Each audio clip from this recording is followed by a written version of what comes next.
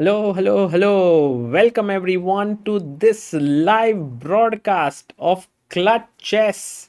The legends on your screen is the legendary Garry Kasparov analyzing with Fabiano Caruana, and you see Vishy Anand analyzing with Le Quang Liem. They are analyzing because they have around 20 minutes before the game begins to get used to the position that will be played today. And there you see Vishy being completely focused. They aren't making moves. You can see while meanwhile Garry and Fabi are making quite a lot of moves on the board. It's Fischer Random chess, chess 960, freestyle chess, call it what you like. And already we have the opening position here so that you can see how it looks. This is how the position is. 25 minutes plus 10 seconds increment here, and the way in which they are analyzing. Look at Vishy, he looks very relaxed there. A warm welcome to everyone in the chat. We are coming live all the way from St. Louis in USA to bring you this encounter. And yes, guys, I am all here. You can see me very soon. And there you see, that's me. Guys, I am in St. Louis. I'm commentating from the St. Louis Chess Club, and we'll be bringing you all the action. You're going to have a lot of fun here. So stay tuned. I know it's late in the night back home in India, but that's such an epic event that we are having. Oh, I understand it's echoing, but now the echo should be gone. Everything should be fine.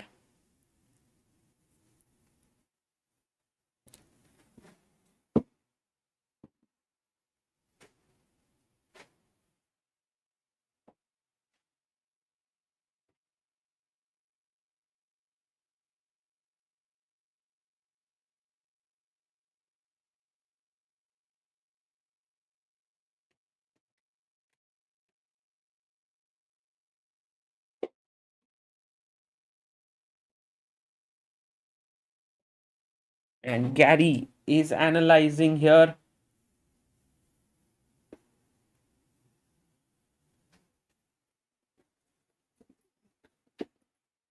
Totally focused, zoned in.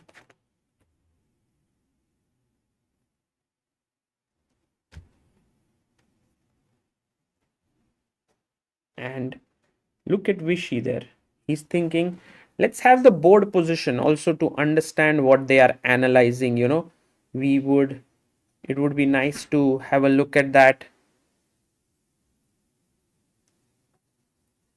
For example, here you can see the board, and the position is rook, knight, king, queen, bishop, rook, knight, bishop. So that's the position here on the screen. And you can see Garry is already analyzing some very interesting stuff. And by the way, there we have c4, c5, knight c3 being recommended there by Le Quang Liem. And then d3 as well. So all of this very interesting stuff. I mean, you can see the difference in the way both the players are analyzing, right? Like here Vishy looks so calm, cool and composed. Garry is like full of energy, and I think that's the difference in style both these people have. Siddharth Ranade says St. Louis आए हो तो Chicago भी आ जाओ. अरे guys, here I am pretty close in US. All of you are in and around this place can think about visiting this tournament. It's going on until the 10th. So it's a brilliant event.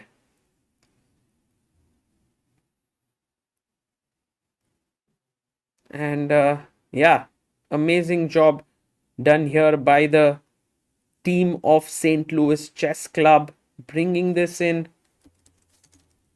This legendary players.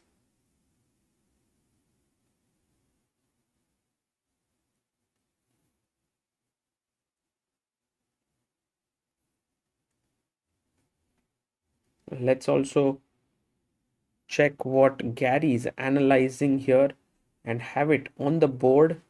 So he is analyzing this line f4, e6, e4, d5, e5 and f6, knight to f3, and Fabi shows a beautiful move, g5.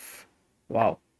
If knight d4 trying to attack here, then you have the best move, bishop d7, as recommended by Garry. Guys, I'm already getting goosebumps here. Really. And already fe. Oh my god, queen sack. Already tactics in the air. So they were analyzing this, knight g5, queen g5, takes rook f1, but that's not a good line. Bishop f3 and white is better.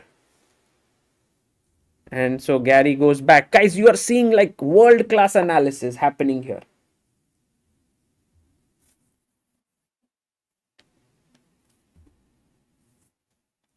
And let's look at also what Vishy is up to. So Vishy is analyzing this position.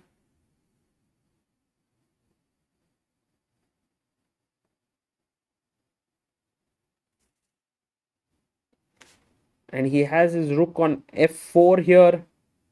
And you know, there are less moves that are being made in the Vishy and Le Quang Liam analysis.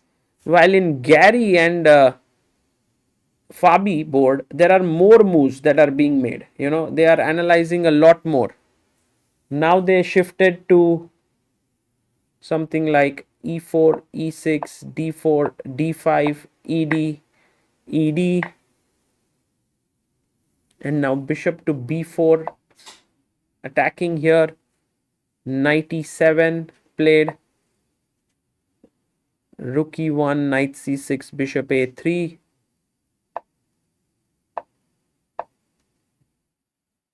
Very interesting. Knight to f3.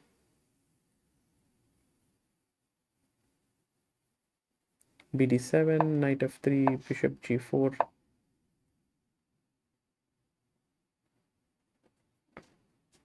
Love it. Love the intensity, guys. Look at the analysis of these world-class players. Vishy now analyze. Actually, Vishy has white pieces in game 1. Guys, remember there are 2 rapid games where the colors will alternate and 2 blitz games. And they will play the same position. So that's how this will work. Guys, who do you think will win? And for all those who are just joining in, they are analyzing until 3 p.m. here, which means that another 7 minutes and then the game will begin. We will have liftoff. Himang Ghosh says Anand for the win. Let's have a poll, guys. Let's have a poll running here so that you all can say who do you think will triumph today. We have 2 rapid games and 2 blitz games today. Who do you think will lead on day 1? Anand, Kasparov. And there we have a poll that's running. And guys, I'm going to also have myself come on screen here. Not to cover the full screen, but there you are on the side. I love how Vishy is analyzing here really calmly. He looks, you know, Vishy and Garry, this has always been the case. It's like fire and ice. Vishy is this calm, cool person. Here also he's selected Le Quang Liam, with whom he's just analyzing, chilling. They're not even making moves, too many moves. And look at Garry there. With the energy, he's like, I want to do this. do that with Fabi. They are analyzing together. Legends for a reason, guys. Absolutely. Garry and Vishy, amongst them, have so many world titles. In a way, you can say that they dominated chess for nearly 3 decades, from 85 to 2013. There was a period, of course, where Vladimir Kramnik was the world champion from 2000 onwards, but Garry was the world number one. And actually, somehow they are very sure. Fabi is very, like, I think they have been told 5 minutes left. Fabi is very sure that Vishy will go 1e4. Meanwhile, Vishy is analyzing 1e4, e5, f4. Aha, let's have the board here and let's see if we can look at the board position with what they are analyzing. So e4, e5, f4, ef, rook f4. I believe this is what they are analyzing here. And then g6, d4 by Vishy, and f5, ef, queen g5. Look at the, it's a little bit always, you're never sure, yeah, in these chess 960 positions, new positions. So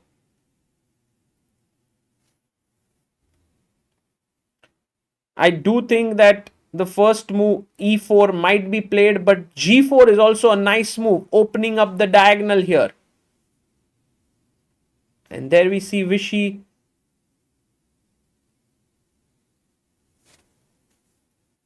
now making the moves a little bit more rapidly, whereas Garry there, whew. Guys, how are you liking this entire atmosphere? They are playing at the newly launched St. Louis Chess Club. I mean, the St. Louis Chess Club exists from many, many years, but it's been renovated. It looks incredible. We have a video that takes you through some of the parts of the chess club. It's huge, 30,000 square feet. And there we have Aditya shooting the legend from behind. Needs to be careful for sure not to disturb Vishy Anand. Sorry, Garry Kasparov there. e4, e6 again. Ooh, and the analysis is done, guys. It's time now to move to the board where both the players will come in and play.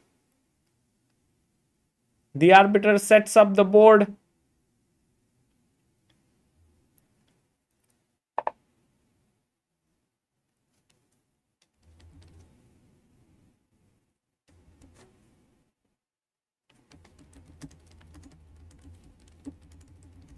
And they're setting up the board. The players will now take a short break and we will be back in 3 minutes. Well, they will come on the board and begin the game. 25 minutes plus 10 seconds increment.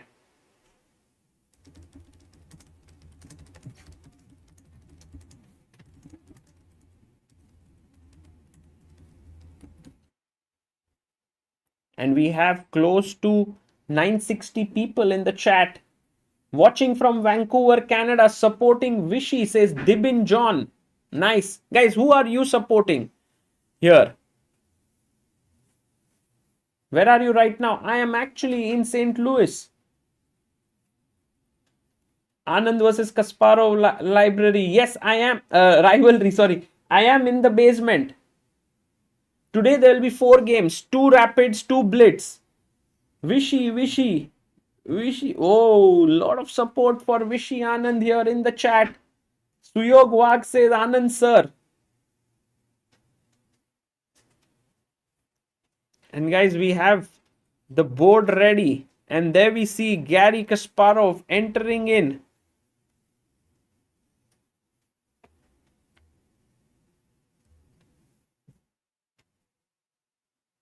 This is our layout for the day. Vishy sir forever. And guys, Magnus, Gukesh, Hikaru, Fabi will all be here playing each other later in the month. There's also the American Championships that will be happening in St. Louis. We have Suyok says, excited for the match. This is going to be so goated. True. And there we have Vishy Anand entering in. They had the handshake there. Anand sitting in. Oh, what a scene. Guys, let's have fire emoji in the chat. This is what a beautiful scene we have with Vishy and Garry sitting opposite each other. After their world championship battle in 95, 30 years later, clutch chess in the background, the legends. And the clock has been started. What is Vishy going to play? E4 on the board. Let's go. Goosebumps moment. Whew. Incredible here. And Garry goes for E6. Let's have the board here. And Garry just looked at Vishy like, okay, what's your next move now? I have it all prepared with Fabi. I was analyzing this opening. Look at the expressions, guys. Oh man, I missed it. This match when in 1995 I was 5 years old. But so glad that I can watch it now unfold live in front of my eyes. Whew. Look at that. Focus.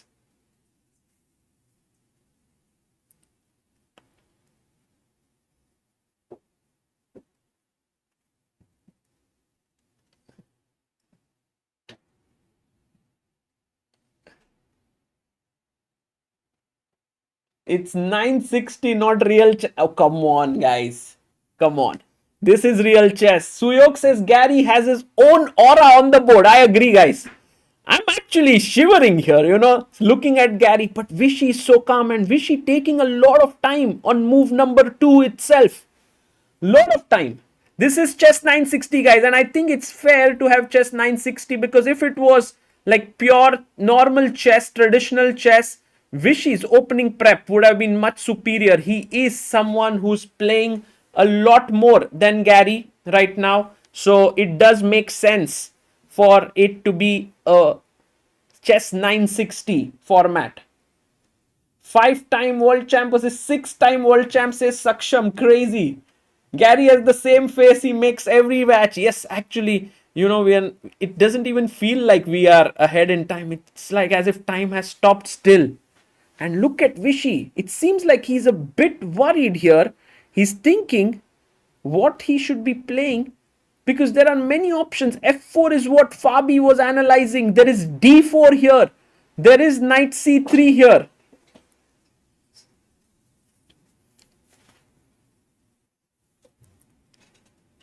And while they are thinking,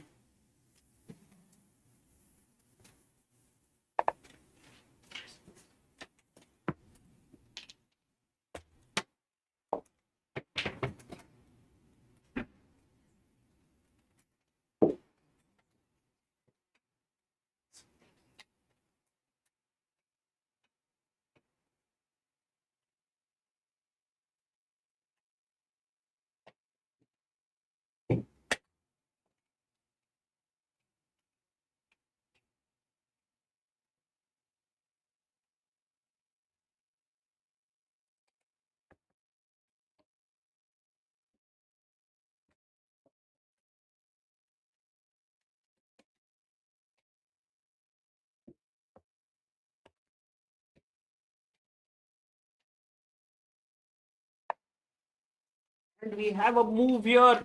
D4, D5, knight C3 is on the board. He takes the pawn. D takes E4. Guys, we have like a French opening here that is being played.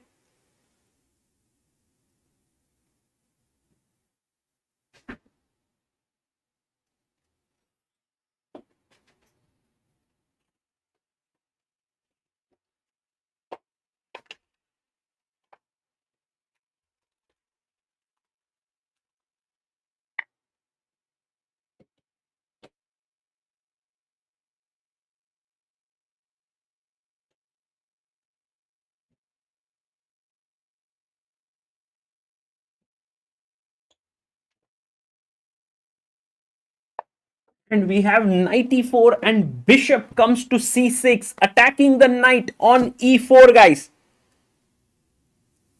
Whew. Vishy takes his glass of water and sips it. Win is 1 point today, 2 points tomorrow, and 3 points on final day. Exactly, Himang Bhai. That is what clutch chess is all about. Day 1 is important, but day 2 becomes slightly more important, and day 3 even more. But it's all about momentum. Vishy pushes his pawn to f3. So he plays pawn to f3, defends his knight, but Garry already better here. Look at this. D knight e4 taken. The bishop has come out, and f3. Ask a question to this bishop on h1.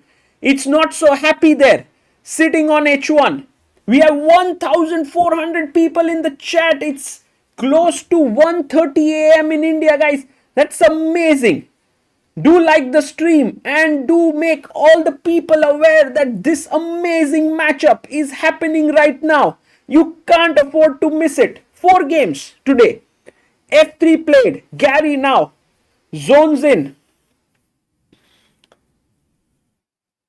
Queen d3 was the only move. Money Max says we have seen this before. Vishy taking time in the opening. True, true. And Arnav says I have exams today. Good, Arnav. You can study while watching this. Queen d3 would have defended the knight and also kept this kind of coordination going. You go g3. By the way, guys, just to show you how tricky chess 960 or Fischer Random chess can be. For example, let's say I play the move b6 here and you play g3. It's already a big mistake. Black to play. What do? You wanted to open up your bishop this way, but it's a big error. What do?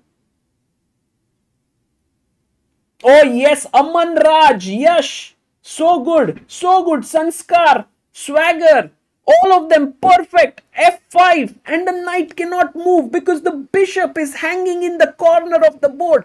So you have to be super careful, which is why Vishy goes f3. He puts his pawn on f3 and he's asking Garry now, what are you going to play?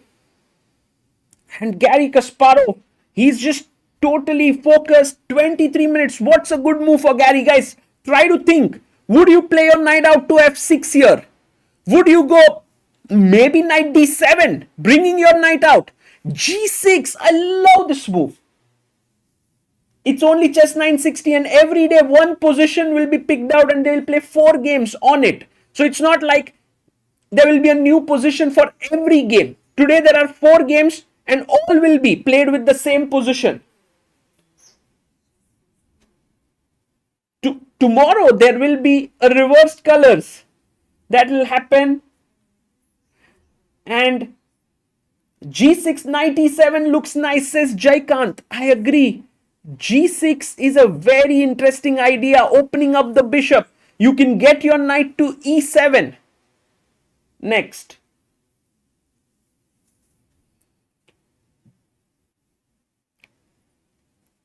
Aman says, if g6, can we go bishop c3? Makes a lot of sense. But the bishops, you have to care for the activity of your pieces when you're playing chess 960. You can't put your bishop this way. You can't limit your bishop on h1. Abhik says new positions in each game would have been better. I think their understanding will grow as the games go on, which is very interesting. I think it's a new thing because we've seen in freestyle chess, every single round there's a new position. But here, with the same position being played for 4 games, the players sort of will get a grasp of what's happening. And so there'll be a small theory that will develop. Then there'll be new ideas that will be tried. And look at Garry, he's so focused, he's so into the position. Vishy also completely there.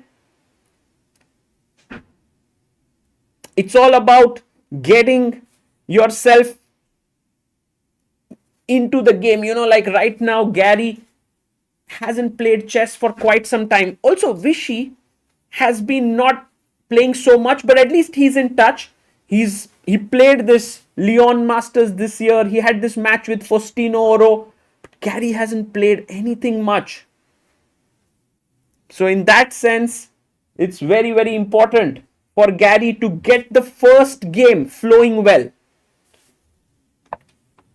and he goes knight to e7. I like this move. He's developed this knight, although the engines are a little bit hesitant here. g6 was the better move. Maybe he would have gotten the knight here, but Garry's plan is simple. He wants to go to f5, I believe, attack the pawn on d4, and then also look at that slightly weakened e3 square. Guys, this is new stuff for both the players. New territory, virgin territory. What do you do now? Knight f5 is coming in to attack. Like, let's imagine that Vishy goes c3. I like this move actually to limit here. But we all know that Garry is a master of trying to create very dynamic play in the positions. He might very well think of e5 break, because now the d3 square is a bit weak. Or you could even think about, I don't know, knight a6. Knight e7. Let's go.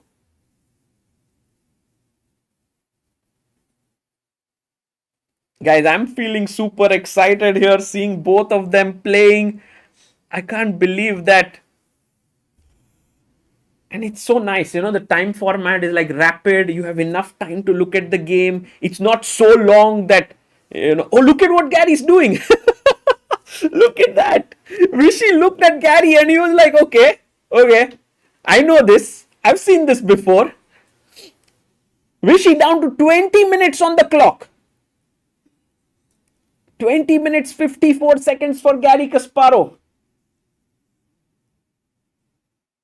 I think he was calculating. He was like, you know, I'm pretty sure when the time runs low, Garry will be like doing his calculations with his hands and everything. It will be so much fun. Mang says Anand getting 95 flashbacks. Guys, how many of you in the chat were born when their world championship match happened in 95? I want to know.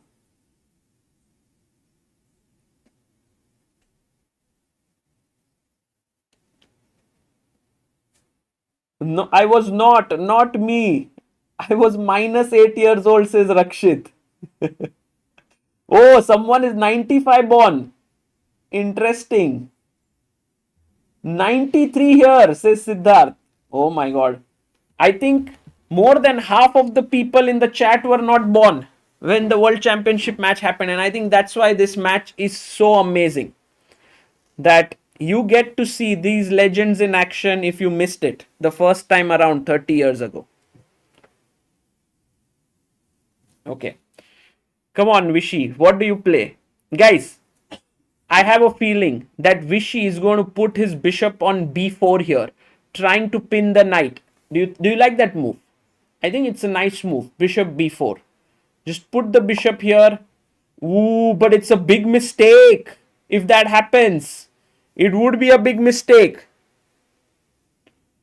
Because, let me explain that, a5 hitting the bishop will go back, and now you want to lash out. b5 would be amazing. And Vishy goes queen d3, a nice move played there by Anand.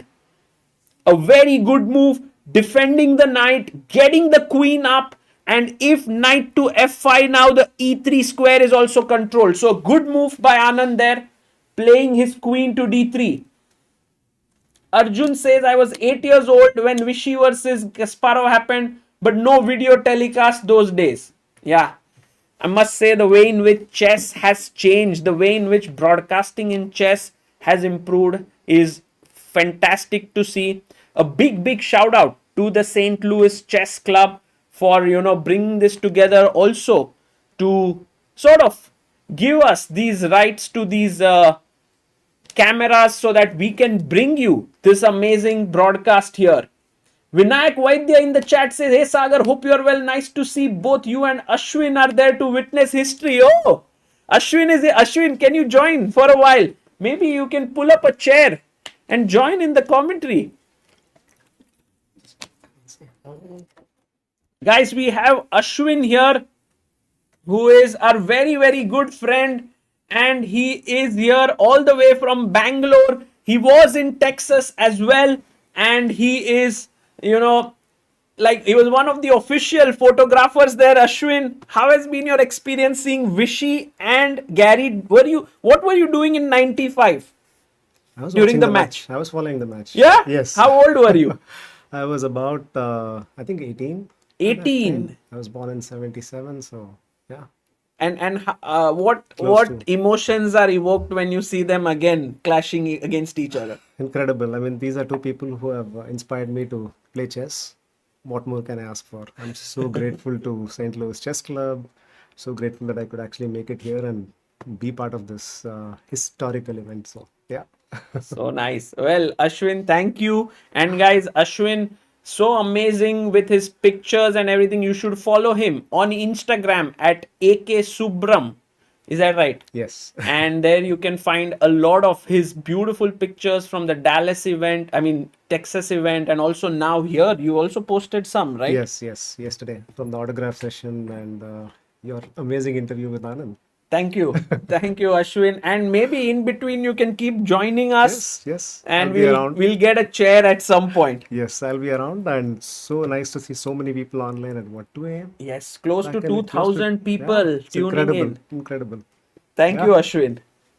And guys, Ashwin Subramaniam, an amazing pillar of Indian chess, I must say. Someone who has been supporting so many young talents with his wonderful guidance and so on, and big expert at tech as well. So whenever I am doing anything related to laptops or anything related to tech, Ashwin is the go-to person for me. Hello from Italy, says FDR. Welcome, welcome, FDR. G6 played and Garry. Look at what Vishy did. He touched the king and long castled here. Wow. Because the king was already on C1, right? So he didn't want to kind of touch the rook, and then Garry could say, oh, but you touched the rook. He wanted to castle. So he touched the king and then brought the rook over here. And that's how castling works in Fischer Random chess 960. Also remember, guys, the pawn on d4 was hanging with the queen and bishop. So the rook and queen are now defending it. The position is roundabout even. Imagine seeing Gukesh versus Ding after 30 years, says Saksham. Yeah.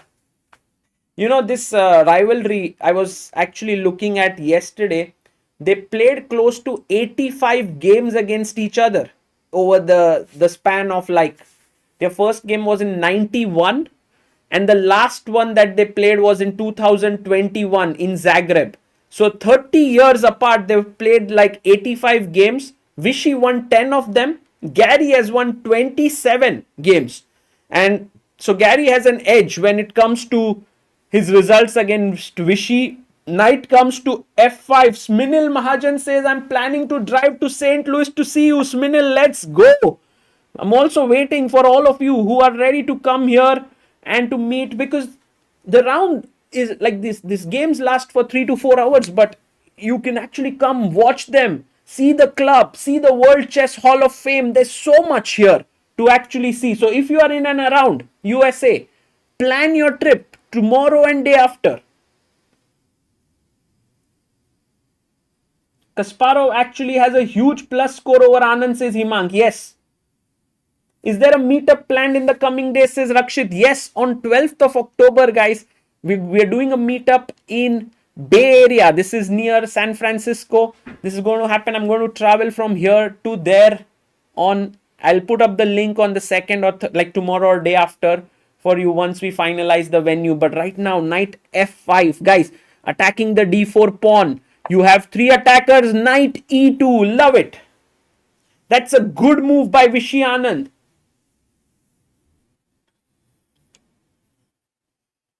Yeah, I love it. I like this move. He's defended it. If there's another defender needed, he can get his bishop to f2 to also defend the d4 pawn.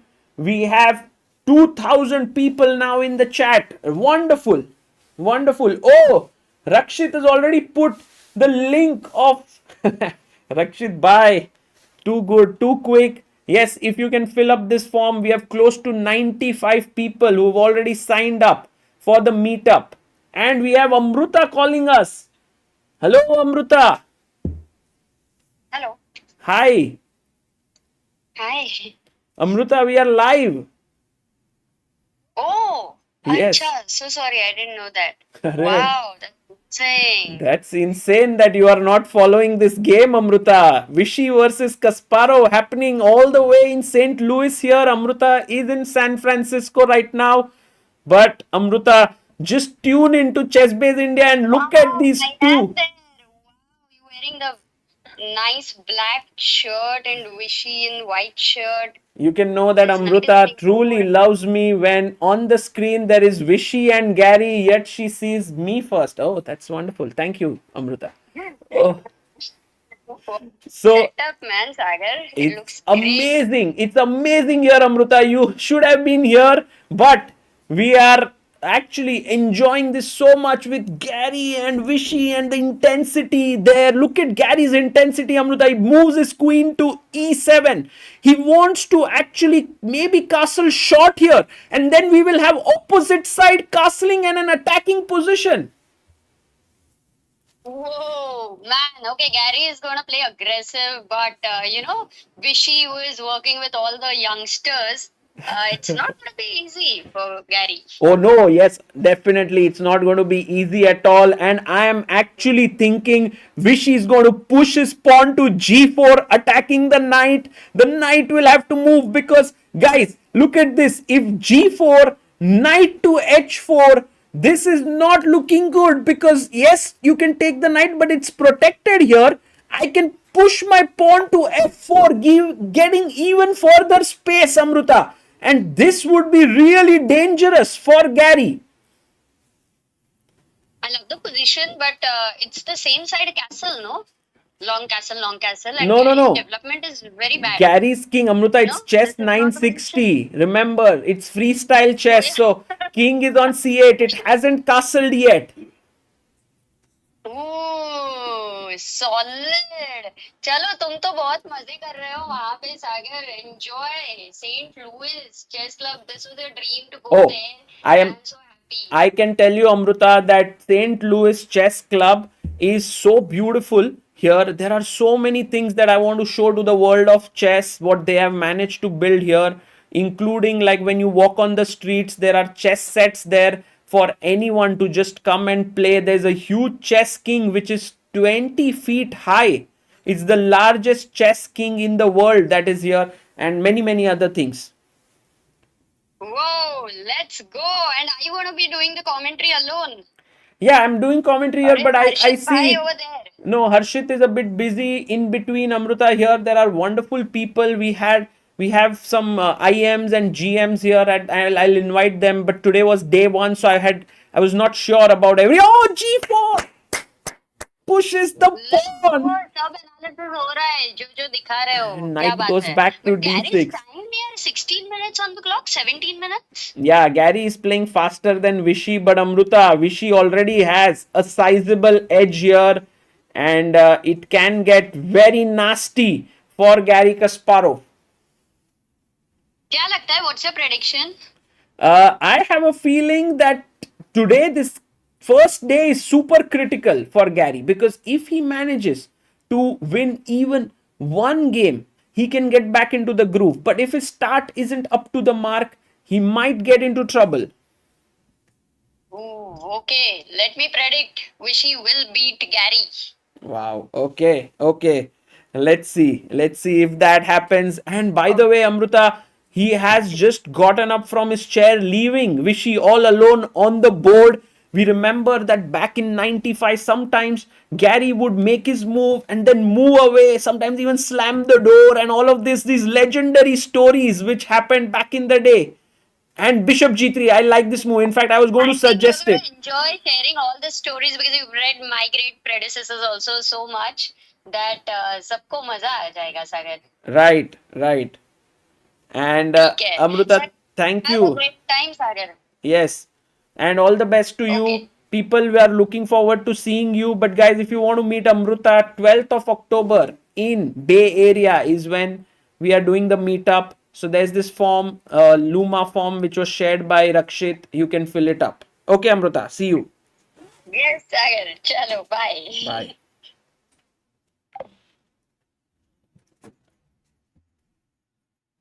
Gabriel Silva says, love from Brazil. Oh, wow, that's amazing, Gabriel. Himang Ghosh, why did Amruta not come to St. Louis, Sagar Bhai? I think Himang Bhai, Amruta just wanted some time away from chess and doing stuff. And so she decided to be in San Francisco for a while just to, recover. I don't know, there is some.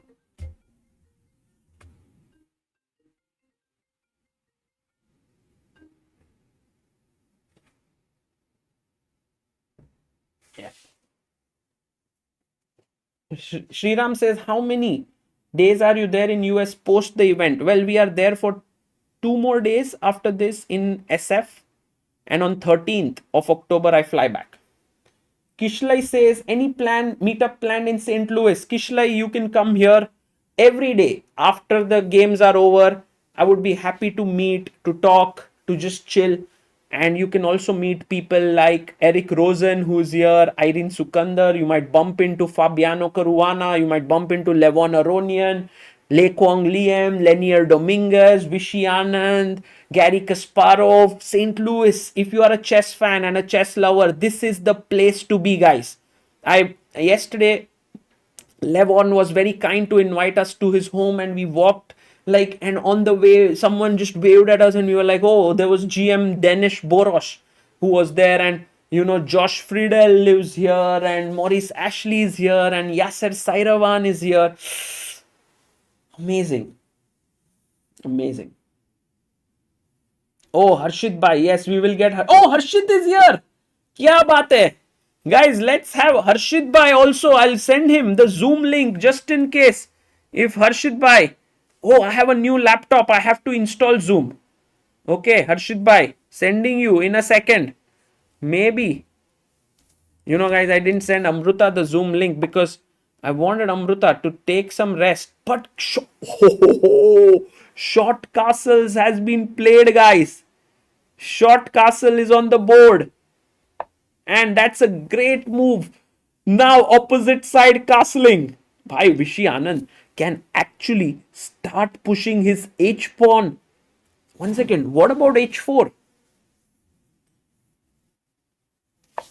Goes knight C3. Goes knight C3. Sminil Mahajan, pillar of Indian chess. Let's go, guys. Thank you. Soldado says, Mecunhio muto melhor cu ese dois ruim dos adres.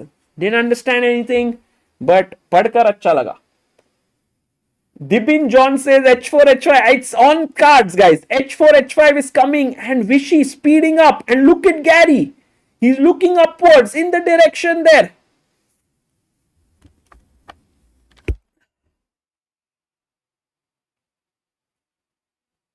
Okay. Knight to D7 now. Get your final piece developed.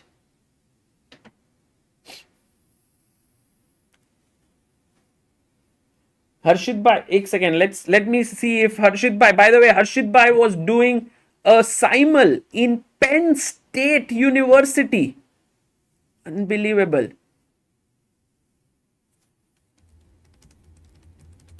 Let me. Yes, there we have Zoom download. Harshit Bhai, maybe sending in. Yes, downloaded. Internet speed is crazy here. Installing. Okay, it'll get installed. Knight to C3. Raj Purohit says, Sagar bhai, where's the match happening? Guys, it's happening in St. Louis in USA. Okay, Gary's thinking here. Okay, Zoom is installed. Kya baat hai? Sign in. Okay. Signing in. I don't know if this is going to work. Clearly don't remember the password.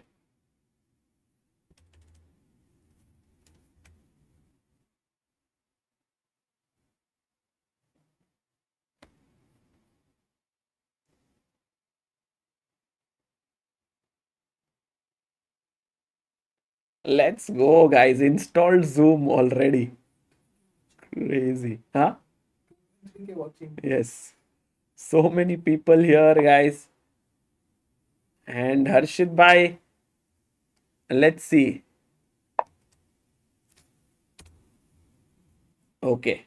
Sent it here. And knight to a6, pawn a3 played. It has been long to see two best players in the world are playing here, says Sukhdev. Exactly. Love from Bhutan, says Amrit. Wow.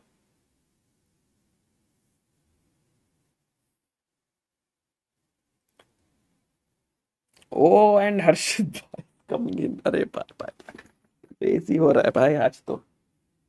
Ah, here headphones. Guys, new laptop. I have to figure things out. I also haven't put in the virtual cam, so I don't know if Harshit Bhai will be able to see the board, but we will make Harshit Bhai a bit more today.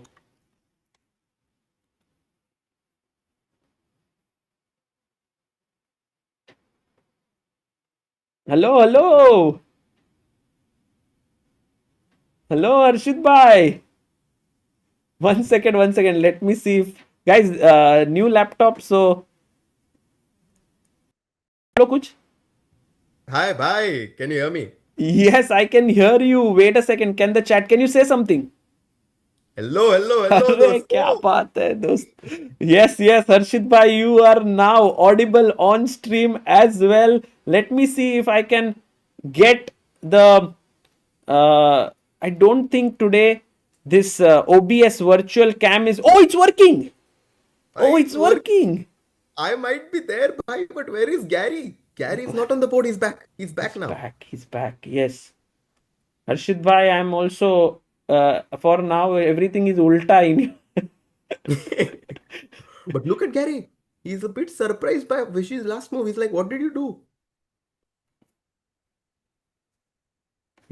He's about to take back. Yes, he takes back with the C pawn. Yeah, but it's a good move by Vishy. And now you And can see. D5 now. Push Oh, it. you want to push this, but Harshit bhai, look at this bishop. He goes F4 now. Best move. Best Wow. move.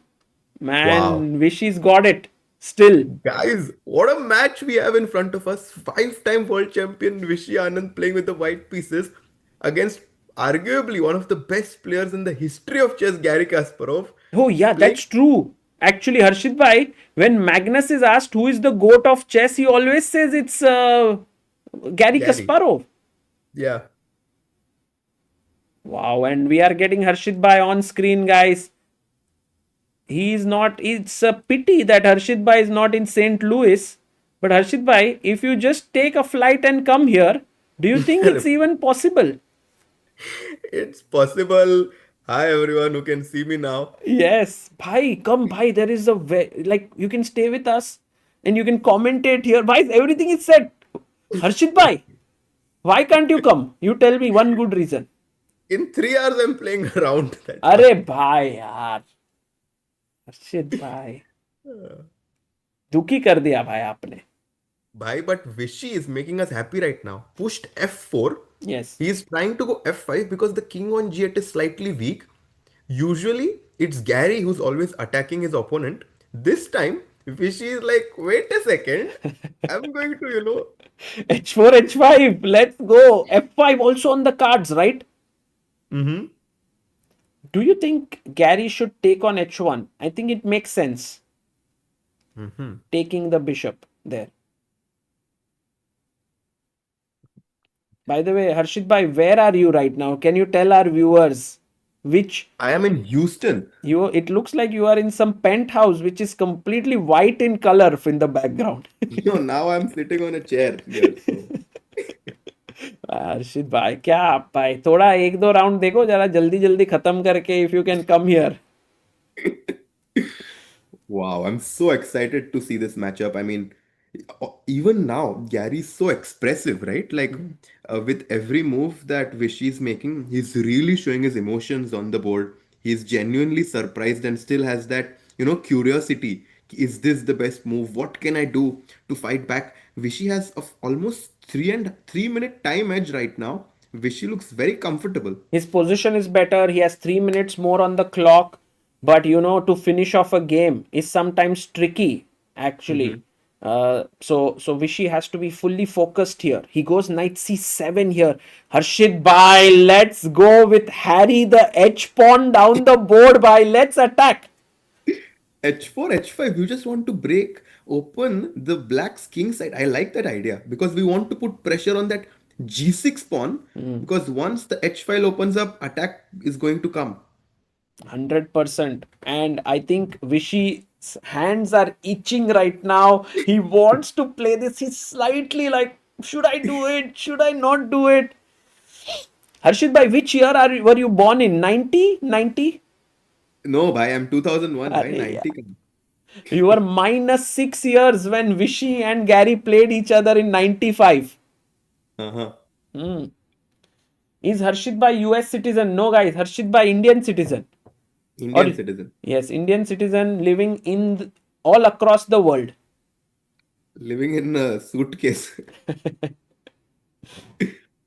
He's about to Oh, play it, he let's plays it. go H4 on the board, and Garry is like, okay, Vishy, you want to mate me? भाई intensity देखो ना दोनों एकदम ऐसे full on.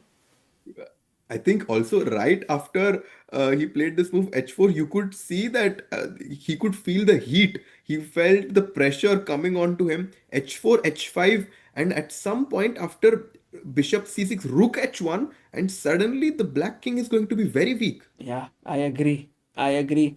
So if in this position, as Harshit Bhai said, push the pawn, maybe get your rook to h1, take on c6, and then there's so much pressure on this position here. Are you predicting that Vishy takes this first one home, Harshit Bhai? I think so. I mean, with the time advantage that he has, it's going to be very difficult for Gary to defend this. And we always associate Gary with, being a very attacking player. We have not really seen Gary put under a lot of pressure. I mean, of course, it's been a very long time since he was at his peak, but still, it's, I think, good to, Look at him. see how someone like him is put under pressure. He's saying like भाई कहाँ फंस गया मैं ये position, this is not a good position for me. He's not happy. He's not happy. And Vishy looks so calm, so cool. Actually, one of the things that happens a lot, Harshit Bhai, when you're not in touch is that your defensive skills also become quite poor. Yeah, like you defend not so well, that resistance is not there. So it could very well be that Gary might collapse here. I mean, one thing is clear कि black can never push H pawn or the F pawn, right? Just for everyone knows, you'd never want to put the pawns in front of you, push the pawns in front of your king because that will weaken your position even more. But Harshit Bhai, maybe this is the moment where and Gary goes F5 just when Harshit Bhai is like, don't touch the F pawn. He's like, हर्षित भाई को आज थोड़ा सिखाना पड़ेगा chess. अरे भाई, I'm learning something new from Gary. I'm very excited because this does break the traditional rules of chess where you're kind of weakening your king even more. But Gary thinks that he has to find some active counterplay, open up the rook on f8. And the more that I think about it, I like it. It's lovely move. It's in fact the best move for white for black in the position. The bishop on g3 is now blocked a bit. The only issue now is if Vishy wastes time with g5, Gary is completely back in the game. In fact, he can even start getting better here. So the only way, Harshit Bhai and the chat guys, how should white take advantage? H5. Oh, he goes g5 and look at Gary. And look at him. Yeah, look. Look at him. Vishy. And Vishy's like, bhai, ye, I don't like it. I don't like how Gary's looking at me. And oh my god. मजा आ रहा है भाई. Gary stared at me in the eye like that. मैं वहीं पे भाई, I would be like, sorry भाई, please. मैं जाता हूँ. Actually, Vishy could have also stared back, but Vishy knows his strength. He's like, but I think Gary's stare was justified here, Harshit Bhai, because Look at the computer evaluation as well. It has dropped from clearly better to in fact equal, complete equality. I Can you mean, explain to our viewers, Harshit bhai, from your understanding, why this move, according to you, seems not so good? I think that now the black pawns on h7 g6 f5 kind of seems cemented there. I think that the pawn on g4 was putting a lot of pressure on those pawns there. Now, is it potentially time? Is it at some point time that black considers, let's say, bishop takes h1, Yeah. takes h1, and closing down the post. Somehow I feel like the bishop on g3 has been completely stuck now, which is why this idea that playing d5 at some point seems very strategically dangerous for white.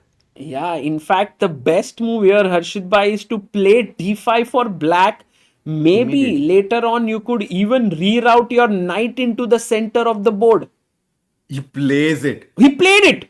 He Wow. played d5. Bhai, Whoa. it reminds me when of this interview where Mike Tyson says every tongue must confess, every head must bow. Garry Kasparov, the greatest of all time. Wow, what a move. D5, not even caring that his bishop, his own bishop, gets passive. His e6 pawn becomes a permanent weakness here. Gary is like, Vishy, I've closed down the position. Wait for my attack to launch. Vishy is like, no, Gary, my attack still H5. powerful. I'm just scared by the expressions of Gary. पर दोनों side आ रहा है ऐसे झुप झुप. Too good. Man, this is just too intense. He's thinking, but I mean, look at the clock situation. Even though Gary likes his position a lot, he's down to less than 5 minutes, and Vishy is bouncing towards the black king. Gary still needs to be accurate. I guess this idea of knight e8, knight d6, knight e4. I Yeah. really like this idea that you pointed out, it's Sagar it's bhai. a very it's a very human idea, but the computer Harshit bhai is like, just start pushing the queen side pawns a5 b5 and try to attack there. That's also very dangerous actually.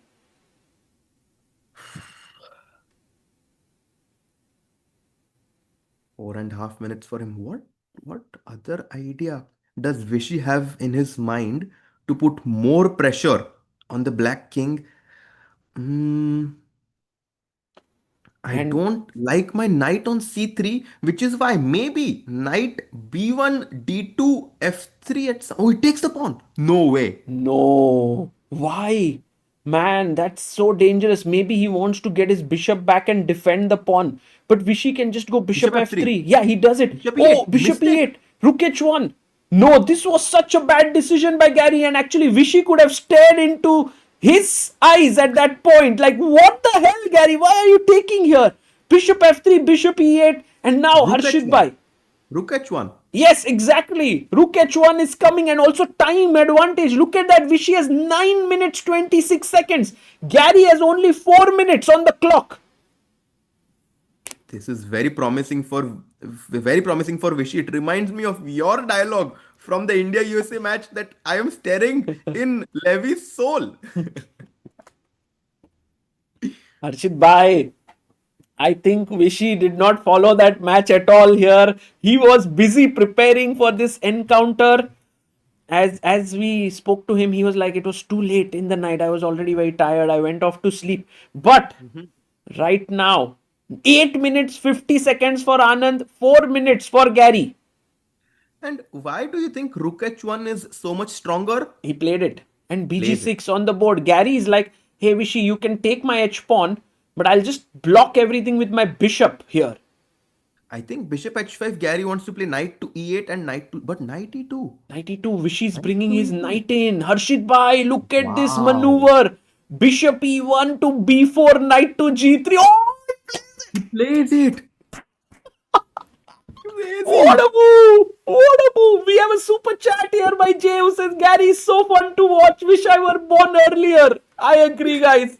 If Gary was active, we would have had so much fun. Queen c7. Queen to c7. But I mean, I think Vishy is in the best shape right now. He is like, the moves are clicking to him. I mean, his intuition is on point right now. Bishop e1, now knight g3. Yeah, No, but knight f4 pawn g3. is hanging. No, no, no, no, no. Knight G3 F4 pawn is भाई hanging. भाई भाई हर्षित भाई थोड़ा आराम से भाई. King B1 पहले. एक move. Or Just chill. bishop b4 maybe. Do you want to go here? But then rook f7, right? I think he will play King B1. Just a waiting move. King b1, that's also cool. Or we can even snatch this pawn on h5. Too many options for Vishy. He 8 has minutes time. 20 seconds for him. He does have time to weigh in his options. Rook H4, also a decent candidate move, protecting the F4 pawn. Oh, by the way, Kishlai Singh in the chat saying I'm driving to St. Louis to see you in 2 hours, Sagar bhai. अरे क्या बात है Kishlai. आराम से चलाना गाड़ी. And we have Sahaj Grover in the chat. Oh! Sahaj bhai, welcome, welcome. Bishop takes h5, taking here, attacking the bishop. He's taken the pawn on H5.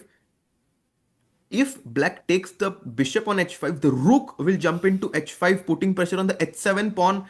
3 minutes 50 seconds for Garry. Gary's uncomfortable. He's not happy here. Bhai, I love how Vishy keeps his calm, right? Like, so classy, so classy. But he knows he has faced Garry numerous times. He knows he has to be very precise until the end, because you give him one chance. You give someone like Garry one chance to find counterplay, he's going to come at you. Agreed. And now bishop, he wanted to move his bishop out. G7. bg7.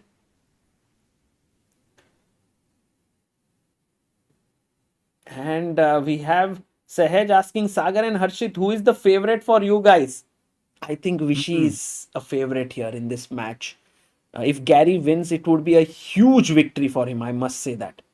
I think he's more active, I think, right recently, because he's always watching games of Prag, Gukesh, Arjun, and I think he's just more in tune with chess currently. Garry, of course, very busy with his own work right now. He goes King B1, Yeah.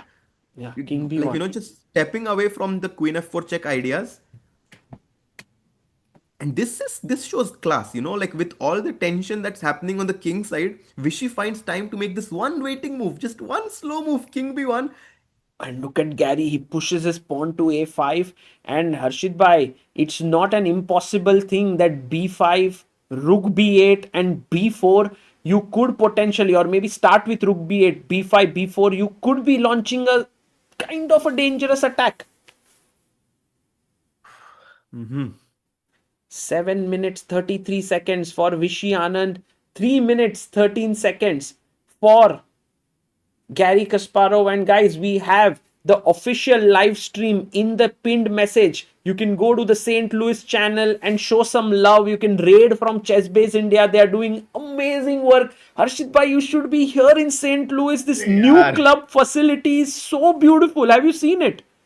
I only saw your video and I was like, oh my god, why am I not there? It looks too good. Yeah, we are posting the home tour right now, where we are staying in the chess house here, just 2 blocks away from the club. And we have a room for you, Harshit bhai. We have everything set up. You can think about it. By the way, Aditya Bhai also posting some amazing content from Aditya St. bhai Louis is on also. fire here in USA. He's not sleeping. He in fact wakes up in the middle of the night, edits one video, then sleeps for 1 hour, then edits one video. He's on fire, guys. But look at Okay, Garry now. Kasparov here. He is at 3 minutes 13 seconds, 6 minutes 26 seconds for Vishy Anand. The thing is, this move a5, even though we don't see a concrete reason behind what's black's idea, just because Garry plays it, you feel a bit scared, right? Okay, Garry has played a5, he's marching his pawns towards my king. What's this idea? What does he want to do? I agree. But I'm feeling a bit nervous right now looking at this match. Queen e3, attacking the e6 pawn. King f7. What's the What a plan? defense. King f7 played. Knight g1 looks very tempting to me personally, to play knight f3, knight e5, but then the black knight will go from d6 to e4. Ooh, he's running with his king by Garry Kasparov. Very smart here. Do you think knight c1, knight d3, knight e5 is an idea? It is, but black is also ready to go knight d6, knight e4. So we need to understand whether we are willing to. He goes for knight g1. Yes, He's going that's for what I that was idea. thinking. Knight g1, knight f3. So then the question is, whose knight is stronger? Black knight on e4 or white knight that is coming to e5? Knight d6 for sure. No, rook No. c8. Rook to c8, threatening the Uh-huh. c2 pawn. This is a little tricky question, no? When you ask your opponent, what do you do? Do you push c3? But then the bishop gets blocked here on Mhm. e1. You can't push it out. Oh, and don't forget, if you ever play c3, at some point you have to be careful that the pawn on f5 can move and f4 would be a Oh, check oh, at some oh, oh, point. oh, oh, oh. That's Nasty. why Harshit Bhai is a tricky guy, guys. The moment he sees a line opening, he's like, oh, tactics. Tactics can happen here. Absolutely, Harshit Bhai. This is c3 is not a great move for Vishy. And you can see also, I feel like Vishy, of course, this is an exhibition match, but I'm sure he No, no. really wants to win. Nothing I is can, exhibition. Ask me, Harshit Bhai. it's all I serious game. just Yeah. played an exhibition match which was not like an exhibition match. It was quite personal what happened there. But um, when Queen C3 happens, what do you feel about it? Because I attack here and I'm ready to go into an end. Yeah, because you can't take F4. I'll take on C8. He plays Queen C1. Wow, Queen back to C1. isn't it A a bit little passive? passive. Why? Exactly. And Exactly. knight d6 immediately. Yeah, brings the knight in. He's ready to jump into c4 and queen b6. Suddenly, I see some counterplay for black bishop e2. Ooh. White's pieces are coming back, retreating. Yeah, bishop comes back to e2 and Gary's look there. What the hell is happening? And guys, the position is once again evened out. It says equal. b5 is a great move for black. Harshit Bhai, I'm not getting good feelings here for Vishy's position. My live prediction right now. What? What is it for you? I think Gary is coming back. Oh boy. Oh, Oh man. Queen C1 was way too passive, says D Great Chaser. I agree. I agree. We thought Queen C1 was smart by Vishy somehow. If he got the moves in, like for example, no, he's b5. oh, b5, B5 Knight F3 on the board. knight f3, and 4,000 people watching. Do like the stream Oh, to Harshit Bhai, witness this you know what's the incredible time in match. India? It's 2:22 a.m. in the Wow. morning. Late night, sorry. 4,100 of you guys do like the stream and don't go away. मजा करेंगे साथ में दोस्तों. Rook B8, Yeah. B5 coming in. B4, And, sorry. and that bishop on g7 has at suddenly going to become a big attacking resource for black's chances right now. b4, knight c4, rook fc8. भाई ऐसे लग रहा है कि black moves are suddenly flowing and white's pieces have it was like ulta some time ago. How things have changed, yeah? What's that song, Harshit Bhai? Ta-na-na-na-na, ta-na-na-na-na. How fast the night changes. ऐसा ही है ना? Even when the night changes. Exactly. And do you take Knight the knight e5. now on e5? I That's a good question. I don't know if I should take it. But if I don't take it, then I'm afraid that Takes he it. takes it. He He takes takes it. it. Was it that the best move? Yeah, well, king g8 was also quite good. This was the second best move. He takes it. D takes or F takes. He takes with the D pawn. Knight jumps in to e4. Uh-huh.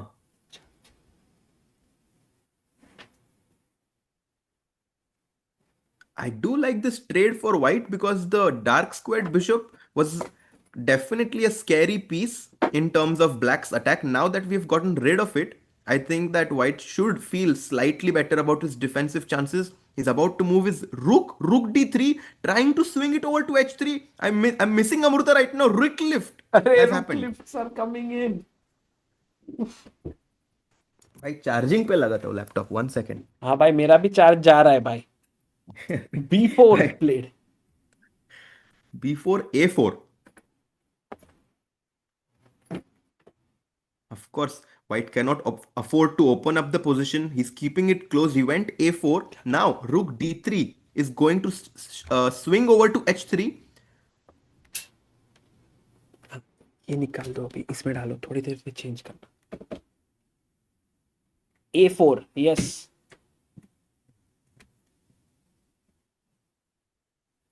And he brings the other rook in.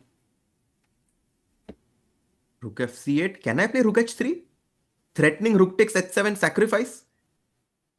Rook d h3. Oh my god, that's the best move, Harshit Bhai. Where are you playing in Yes. 2 hours? Your opponent is in trouble. Rook d h3 played. Threatening rook takes h7. And also Garry has now to I stop go it. bishop h5, boom, bam, rook comes in. Vishy finding King e8. counterplay. King e8, bishop h5. Let's go.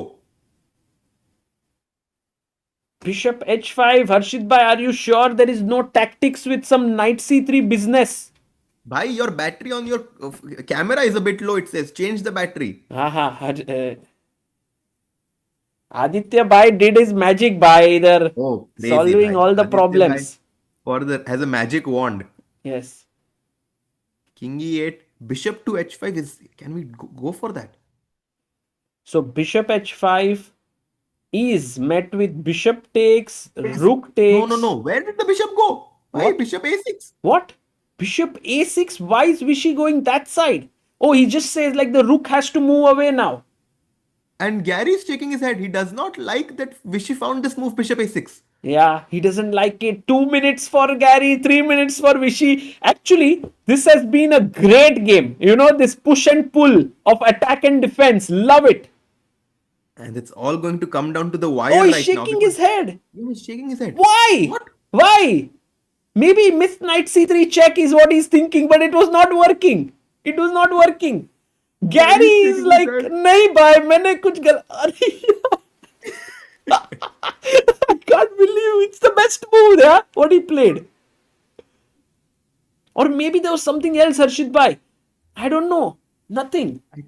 I think he's not happy that he has to move his rook from an attacking square to a passive square. But how does white continue? Still needs to find an idea. Oh, Maybe just Queen d1 played by Vishy already.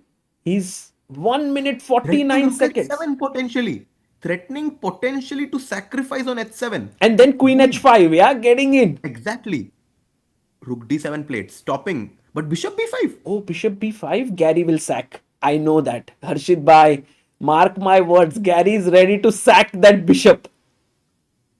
This is one of the most exciting games that I've seen Vishy doesn't. in recent times. Queen d4. Vishy is like, nahi kar raha hai. Wo sab mein. I don't want my bishop b5. Queen d4. Just bringing the queen in. Queen c6. He's provoking bishop b5. Yes. Play it, I'll chop it off. Chop, takes, and then start pushing the pawns with a knight on e4. Because guys, remember, this is the only bishop that can potentially remove the knight. If you give it up, the knight on e4 becomes a monster. Man, Garry is like this monster on the board right now. He's just looking so intense. I haven't seen either of the players taking their eye off the board even for a few seconds. Maybe Garry because he was staring at Vishy, but besides that... Oh, he gave it. It's happening. Harshit Bhai takes, queen takes. Vishy is saying to Garry, I don't believe your exchange sack. And now Garry is like, okay, I've gotten your most important minor piece. Now I'm going to go rook c7. I'm going to start rolling my pawns and you will be the one who will have to defend. And how to get in with white, you know, you can't get in here. This bishop is doing an incredible job of defending. It's a poor bishop. But remember, and in the end game, it can come out from here at any time. And the clock has also leveled 2 minutes each. 2 minutes 10 seconds for Garry, 2 minutes 5 seconds for Vishy. He plays goes bishop to f2. Actually, Harshit Bhai, one thing that I do believe is that if you can trade the queens, he stops it. He stops it. Rook b7. What do you do next? Where is the c3? I want to break, but pawn takes pawn. No, you cannot play c3. Bhai, nahi hoga wo. Nahi, that's not possible. b3 maybe, but b3, a4. I'm worried. He also knight c3 jumping in. Exactly. Easier to play this position with black for I agree. sure. I agree. And also Vishy's time down. below Gary's time. He has 1 minute 44 seconds. The pressure is real. Oh my goodness, Dude. 5,000 people in the chat, guys. Insane. Insane, guys. Do you Rook sleep or and not? Rook Rook D1. D1. And Vishy's hand was shaking a little bit as he played this move. Rook to D1. Definitely a lot of pressure. A4. A4. I think Gary will play A4, A3. A4, A3 coming in.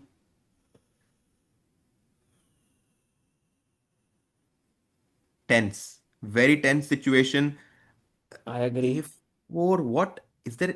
Does Black have any other idea? But why is Not Gary really. not blitzing out? He's slowing down. I think this is the moment where he needs to. Yeah, he's going for the A pawn. No, But he goes no, for the Queen queen. 2. Queen Queen to E2. E2. And have to be careful. Bishop E1 is the only move now Man, because. Bishop G1, Knight C3 check. Yes, What are you exactly. doing? Harshit Bhai, Tactics. top class by Harshit Bhai. And now Bishop even B takes C3, but B3 is also possible. He goes Bishop E1. Good move. G1. Eyeing the Finds it. C3 Finds it. square. Nice, nice. Very high quality chess played by both players. Bishop H5 now. Definitely on the cards. Bishop H5, Bishop G4. Oh, do you Bringing in think the this bishop. works actually, Bishop H5? I think if it works, but then H7, doesn't it become a bit too weak? Yeah, maybe Rook H6 at some point could also be. And G6 ideas. Uh-huh, uh-huh. Yeah, I don't think you want. Yeah, exactly. This G pawn coming ahead, rook swinging in, the queen coming, trying to come in. Queen G4, attacking the rook and attacking the pawn. Only move Rook H4. Rook H4, for sure. Yeah. And Plays Queen it, E2 comes back. back. Queen E2. And now Queen E2 Queen back. D3 by Queen ko gher lo. Uh-huh. Defend, trade it, and then Vishy might not. Oh, look at Gary shaking his head again. He's like, I missed Queen D3 and And Queen boom. D3. Played. And Vishy's, look at Vishy. He's getting his energy back. He's like, yes, now I'm safe. And Yeah. Gary is And like, but attack to back karna in. tha. I needed that queen. Bishop H5 played now, but the Oh, situation it's has a completely blunder. changed. It's a blunder, Harshit Bhai. Take, and maybe just Rook D4. And this is weak, as we just said. Vishy's winning. He's winning. Winning. Here. Rook H6 also coming at some point. He's just up an exchange, especially with the queens being off the board. I don't see any real counterplay for the black pieces. I agree. This is the kind of pressure. Oh, he's not trading. He goes Rook C1. That's also an incredibly good move. Amazing move. Wow! Rook to C1. If you take on D3, I take with the C pawn and your knight is trapped. Nice one. Nice one. Wow.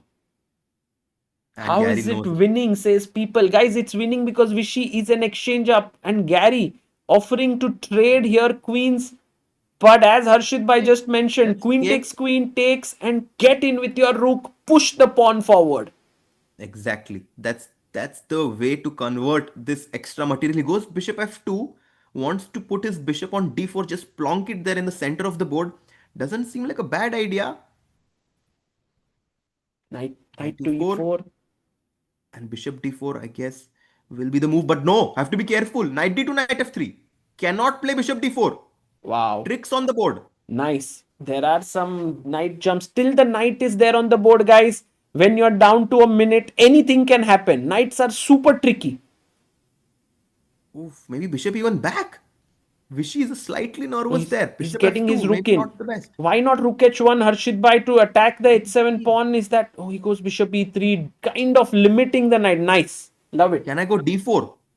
Is D4 a move here? I'm so stupid, guys. I was saying, look, here, F2 bishop was hanging. Sorry. Yeah, D4 on the board. Oh, what? Rook E1 mistake. Rook E1 is a big mistake. Harshit Bhai, the bar has just dropped.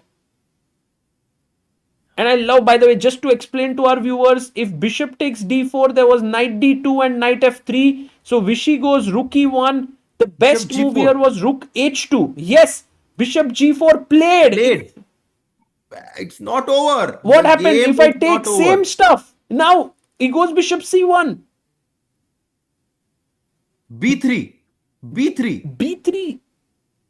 And if I No, take... Rook E4. Oh no, I cannot play P3. Rook takes E4 was coming. Goes Knight G3. Rook G1. Knight E2. Rook H1. Yeah, this is getting still intense. Gary is still fighting. The H7 pawn is hanging. But Bishop F3, Harshit Bhai, what a move, right? Because if you take on H7, I take on H1, defending my rook there. Bishop f3, very important to play this. If you don't play bishop f3, yes, he plays it. He plays it. Rook h2 now. Only move for Anand. My pressure is increasing so much. Oh, he goes span bishop e4. Oh my god. Ah, b3. b3 b3 is coming. coming. भाई फिर से घूम गया position. Because now if rook at 7, guys, You're losing. take and b3 take, you take here and queen. Oh my god. Oh And my god. no. This is very scary. b3 is coming. I'm Don't very take scared on for. h7. No, too much attack is coming. Less than 1 minute. Gary senses that he has a chance. I agree. Vishy, again, you can see Vishy's body language getting a bit nervous there. Yeah, We look. don't need the bar, Harshit bhai. We just need to look at their expressions. Exactly, because the players don't have control of the Oh, what evaluation right happened? now. He took here and now isn't rook c2 happening? Oh, but there Yeah. could be potentially check. Check. Rook at 7, check. King f7. Oh, it's a draw coming in. Harshit bhai. Check, king g6, draw. No. What a game. Oh. What a game. And they're They're smiling. smiling. They are smiling. Rightly so, guys. What a game this was. What a finish. I don't know who should be happy or unhappy. And both of them were like, we were a bit rusty right now. We couldn't really. And Gary's like, so much was happening. Like, first you were attacking, then I was attacking. Finally, ends with a perpetual repetition. And the first game has ended in a draw. Oof. We have 5,800 people, guys. Ek like deke jana for these two legends. The way they've played has been so beautiful. Ah, man. Vin, thank you for your super chat. Harshit bhai, I think this game was a great motivation for you. Absolutely. I mean, I was not expecting it to be so emotional and so intense, Yeah. but right from when I joined, every single move had so much more than just, like simple threats behind it, like so much expressions. Gary's putting psychological pressure, Vishy at some point being nervous, but finally found a nice way to repeat and end the game in a draw. मजा आ गया यार, मजा आ गया. This was too good of a start. It also gets them both into the tournament. None of them have lost. Another rapid game coming today, guys, and 2 blitz games. So it's like one more rapid, 2 blitz. It's not a long day. Harshit bhai, we would have loved to have you, but I know that you are playing a tournament. Can you tell our viewers which tournament are you playing? सागर भाई अभी निकाल रहे हैं मुझे, I think. कौन नहीं? I would love to. I don't want you to get tired, bhai. No. I'm just joking. I'm playing a tournament in Houston. It's a Swiss event. Only 24 players playing, and they have 7-8 grandmasters. So very strong event. And it starts today evening. Okay. Today evening, Yeah. and who is the top seed, bhai? I think Fidel Corrales and Luka Budisavljevic are the 2 highest rated players. Got it. GOT Watch has sent in a super chat saying, Sagar bhai, looking pooky. Wish I could come and meet you at St. Louis. I'm at South Carolina. 6K watching, crazy at night. I agree, guys. It was crazy, and for all the people who intend to come here, you can be sure that I will spend time with you. We can sit, we can play chess, we can have a nice time. So it might be the best time to meet, at least me. If you get to meet Gary and Vishy, then to bhai sone pe suhaga. Uske upar you can meet Caruana, you can meet Levon sometimes, he's around. Lekwang Liam. Bhai, St. Louis is a unbelievable place, bhai. Unbelievable Harshit place. bhai. Big shout out to the St. Louis Chess Club, right, for allowing us to do this event and cover it. I think they are doing a great job to promote chess. The whole GCT tour that just concluded in Brazil right now, which Fabi won. Now they've introduced this clutch chess format. In the end of the month, we'll have Gukesh, Fabi, Magnus, and Hikaru playing in a similar format. बहुत मजा आएगा. Maybe Sagar Bhai will join a bit later. For now, Yes. I'll take your Harshit leave. bhai, one question from Rakshit says, how to meet Yes. Harshit bhai is the question. अरे भाई Everyone wants to meet Rakshit Bhai, like the new the he invented a new scorecard Huh? as a toolbox for everyone playing in Title Tuesday, and Rakshit Bhai doing great Wow. work behind the scenes. I have Doing been following God's him. work. Yeah. Rakshit by doing tech work for broadcasting guys with the bars and the new innovations he's making. But for sure, guys, if you want to meet Harshit, I'm pretty sure that World Cup in Goa is going to be the place where you can meet all of us. And that's coming very soon in India from the 30th of October to 27th of November. It's happening in Goa. We will be there. We will be live streaming there from the venue like a fan zone. So you can buy the tickets, come there. It will be not very expensive. You can have a good time near the Bagh, some good beach there. So, मजा आएगा. Chalo bhai, until then I'll see you. Yes, take care, Harshit bhai. And by the way, guys, Harshit was the commentator in the India USA match. Some people were saying that why doesn't Harshit bhai play for the YouTuber board like instead of me? I think Harshit bhai is too strong for that, guys. He's too strong. He would win the game, I think, quite easily there. So that's the reason. Will be in Goa for the first 10 days as well, says Rakshit. Arey, kya baat hai? Too good, too good. Score is half guys today because the scorecard is they are giving half a point today for draws, 1 point for a win. From tomorrow, because it's clutch chess, every day the stakes kind of increase.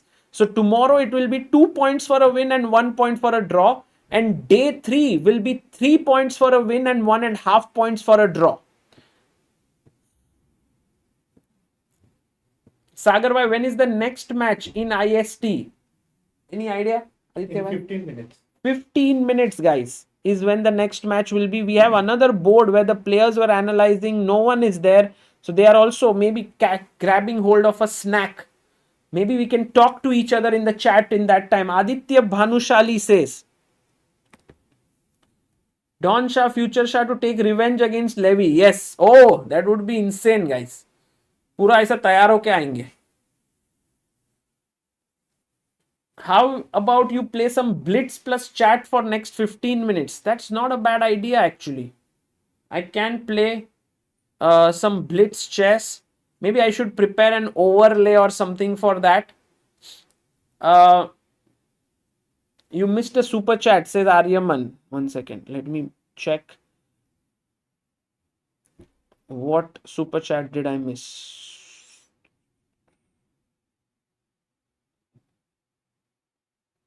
Aryaman says, man, Garry is looking at Vishy with buri nazar. Nice. Good one. Vin says in meetings 9 to 7 p.m. today. Sad to miss this, but thanks, guys. We'll check later. Yes, Vin bye. Please do check it out. So many wonderful people, I keep bumping into when we stream, and then I'm actually able to see them here in person. Yesterday was a guy named Saravanan whom I met here, and he says he's always there on the chat. So it's very nice to see all these people. Sagar bhai, when is the India leg? The India leg should happen somewhere roughly around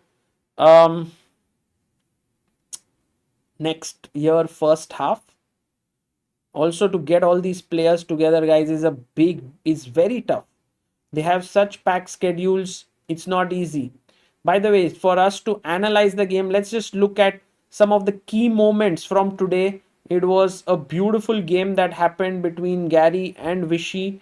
Maybe let me just get this angle in here. Yes, there we have. So it was e4, e6, d4, d5. Knight came out. Maybe it was possible to take the pawn, but he brought his knight out, and Garry very quickly got his bishop. He did equalize out of the opening, but then Vishy took over at some point. Now this is the moment where all of White's pieces got really well positioned. And then Garry castle shot, knight c3. takes f4. I loved this move by Vishy. I thought at this point that Vishy would be in the driver's seat, but this is where Anand missed his chance. I think there was a nice move for white. Maybe you guys want to check out. Uh, well, when the India leg happens, it will be like if India wins with whatever score 5-0, 4-1, 3-0, whatever, 3-2. It'll then be 1-1, and then we'll have like a tie break. So, yeah. Yes, h5, exactly. Arijit, Shivkan exactly. That's the best move. h5 is what should have been played here, and this would have given Vishy a very, very good position to open up everything. But instead, he closed it with g5, and then Garry found d5, h5, bishop, g takes h5. I think it's a good concept by Garry to get his bishop on g6. Practically, I think it worked really well. But maybe what didn't work out here was the fact that Vishy got a bit too passive with this. Maybe here he could have taken knight g1, knight f3 was coming, knight e6, knight f3, and now knight e4. And you can maybe try to figure things out, try to get the queen in here. Knight e5 is an idea. It's not so clear actually. It's not so clear. So knight g1, queen c1, bishop e2, and now black took over at this point. I feel it was getting super dangerous for Vishy, but he did find some good moves, and Garry sacrificed his exchange. Very practical and very good decision. And here, if he had played a4, I'm pretty sure Vishy would have been under a lot of pressure. But instead, he went queen e2, allowing this queen trade. And at this point, Vishy was close to winning. Bishop e3, and now rook h2 would have done the job. Takes and takes. But instead, he went rook e1, came bishop here. And now once again, the problem is if I take the pawn, then check and fork. So that's the reason why he went here. And once again, Vishy got a chance. But Garry was very, very resourceful. And at this point, this rook c2 move then ended the game in a draw. Nice one. Draw is the perfect result. I agree. I agree.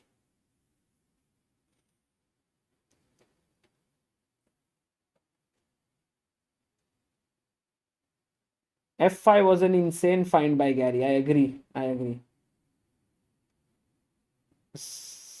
Hans has tweeted. Really?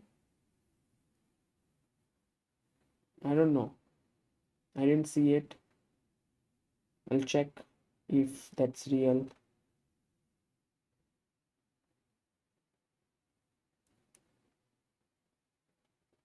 I see Kasparov and Vishy have great training partners. If either of them would like me to join them, I am in St. Louis and will humbly help free of charge. Good luck to both. Oh.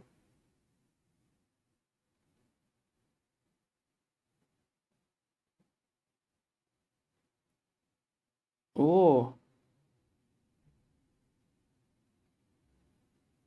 Amazing.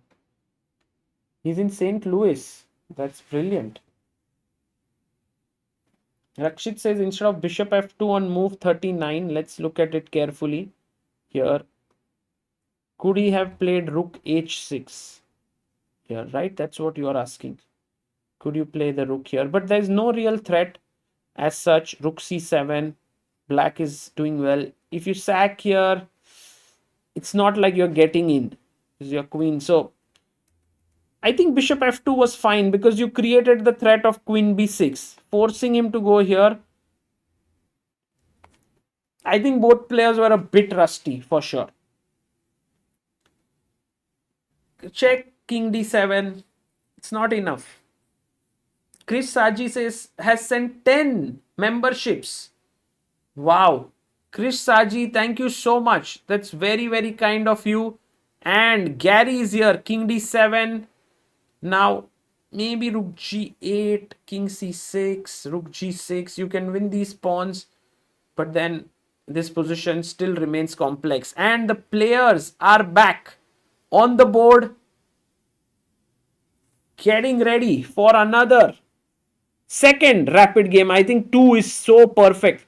One thing that I'm absolutely in love with St. Louis Chess Club and Grand Chess Tour and these initiatives, that they actually have perfect amount of games in a day, which helps us focus and not get tired at the end of the day, and we want more next day. So I think that they have that great balance. Now Vishy is black. We goes pawn to e4 again for Gary. Game number 2 has started, guys. Okay, let's have the board here.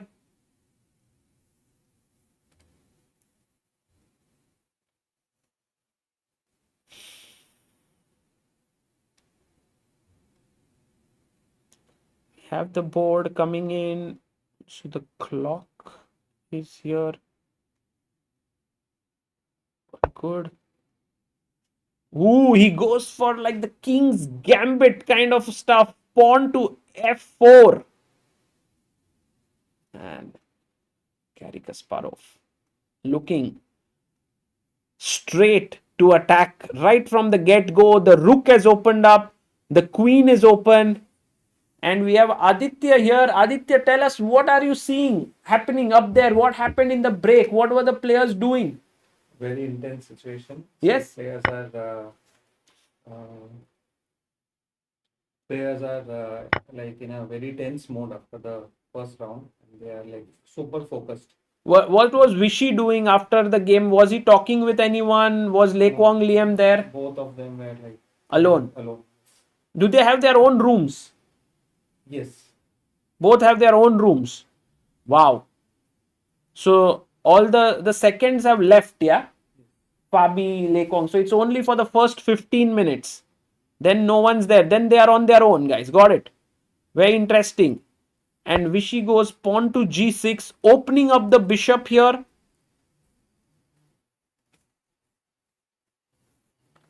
What is clutch chess?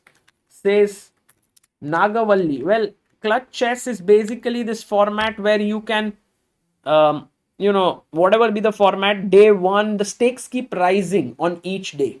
That's the format. Yes, Sudarshan Rangan, you are right. Seconds are not allowed after game 1. That's true. That's true. Aras says, can we get Hans for commentary? He's willing to come, I believe. Well, okay, I'll check out if that is possible. Would be insane if he's in St. Louis.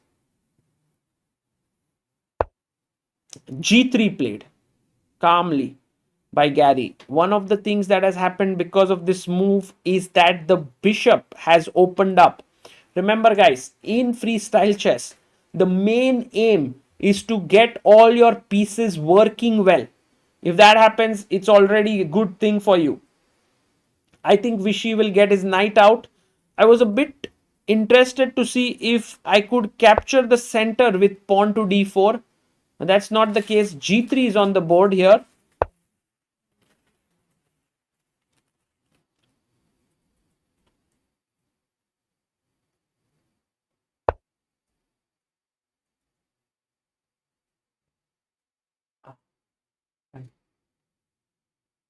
I mean,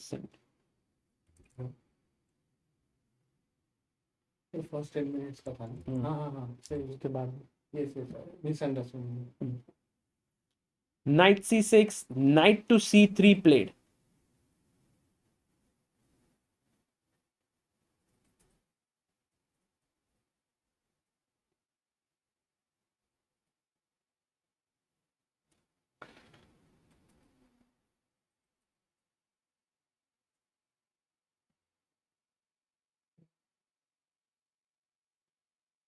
And guys, close to 2,000 people tuning in.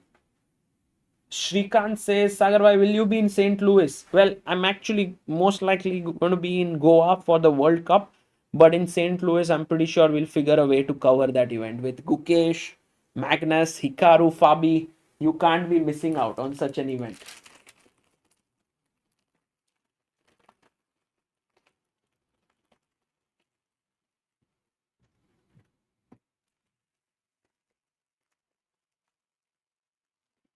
I think I can put a scorecard on the screen.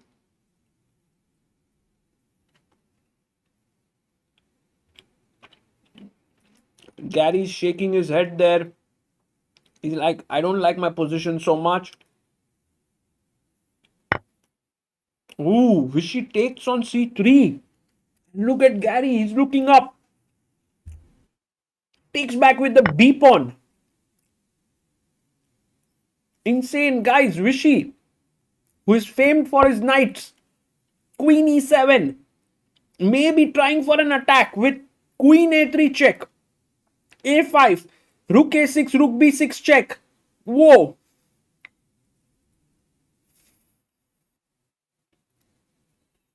And Gary is not too impressed here with the way in which Vishy has played here, but this is really an exciting position. Vishy is going for imbalance, exactly.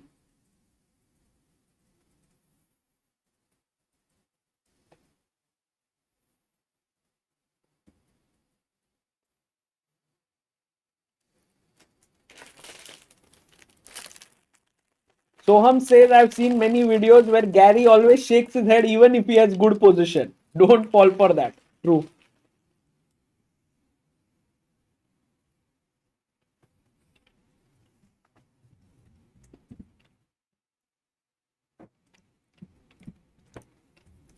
Kanishk, the players are given the position 15 minutes of before the day begins, and that same position is played in all 4 games. I like this format a lot, actually.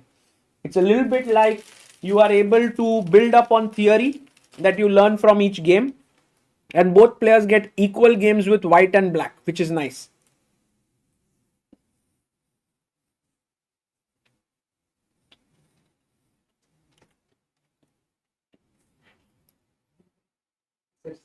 All good.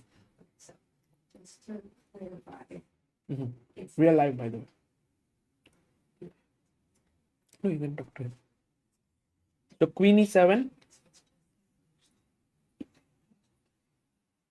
Nicholas Sirwadze says 1:30 a.m. in Georgia, following the game with my board setup. Wow, Nicholas. King b2 played. The idea, stopping Queen a3. Win. How are you liking US, Sagarbai? By the way, how long will you be there? Are you here after October 20? Oh, long castle. Look at how the king jumped there. Very interesting. He's brought his king from, like the rook from a8 to d8 here. I'm in the US until 13th of October, guys. After that, we'll be going back home for the World Cup. Also, the European Club Cup is happening. So maybe we'll figure some way for that.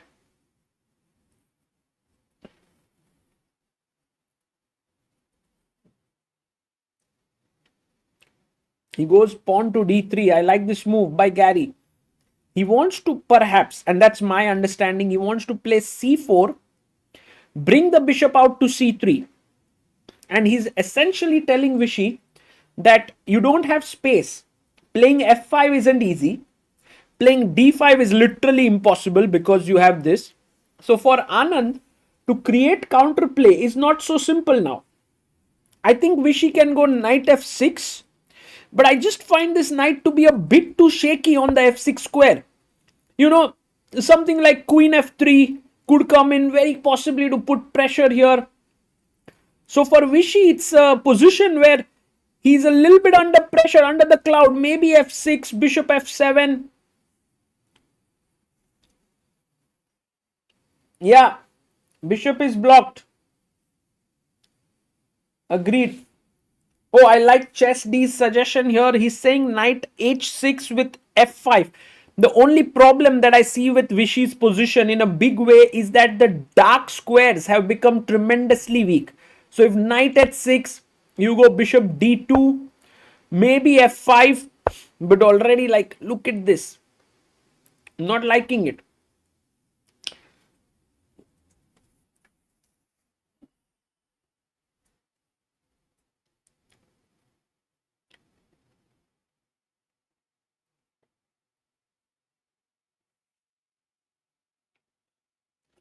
Sagar bhai, I have an exam tomorrow. Do you think I should sleep or just pull an all-nighter? I say tough questions don't ask. You have to make decisions on your own.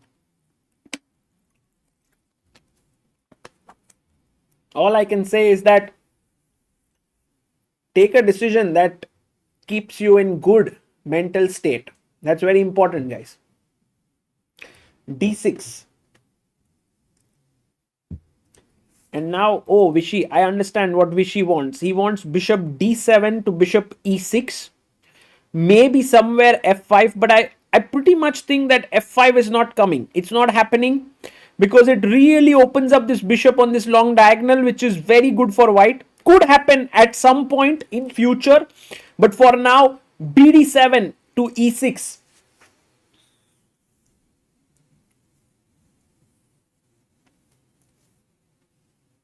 What's the match's purpose, says Crystal? Well, I think the match is generally, it's one of the things to bring forth these two legends of chess facing off against each other, and Garry makes his move c4, gets up.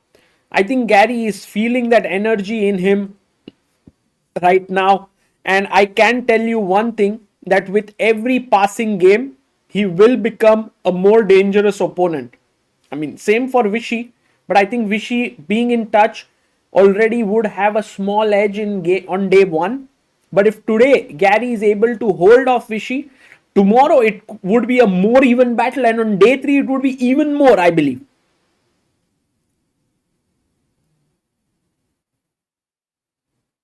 Chirag says, what about pawn to g5? Actually, Chirag, that's not a bad suggestion, because with pawn to g5, what you are doing is you are covering the dark squares with your pawn. Look at this, all dark squares, like when I play f6. And my light squares will be covered with the bishop. So kudos to you for thinking about this move g5. Fantastic concept. The other idea, of course, like as we continue this journey, like g5, let's say if rook f5, I have bishop d7. So maybe go back rook f1. Now knight f6. The bishop comes here. Already feels like a lot of pressure, but I go with my knight into the center of the board, which is a good move. Which is a good move.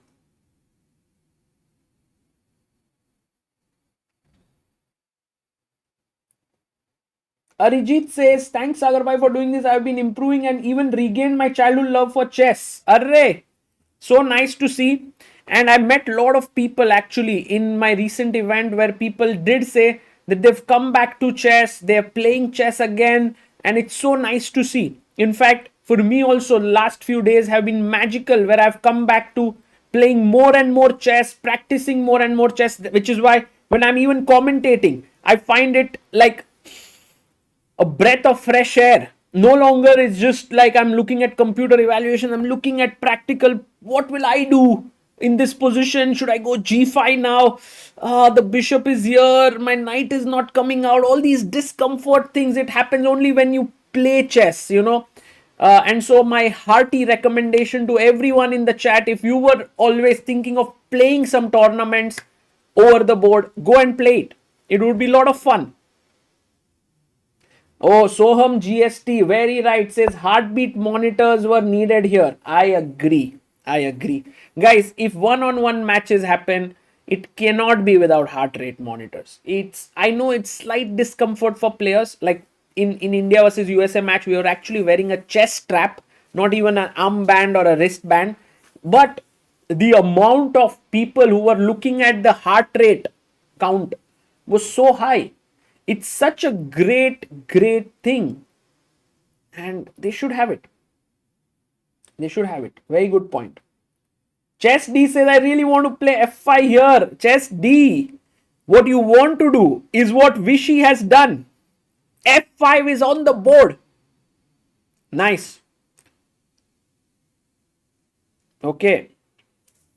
The question is, after I take, what do you recapture with? Do you take with the... I think taking with the pawn would be incorrect, because it weakens the f4 square and my knight could potentially sit here. Taking with the bishop, I don't know if I should be afraid of this. Bishop takes c6, maybe not, because like I also have doubled pawns, you also have doubled pawns. Oh, he does take ef5. So Garry asking the question, Vishy takes with the rook. We were coming to this move. He has taken here on f5.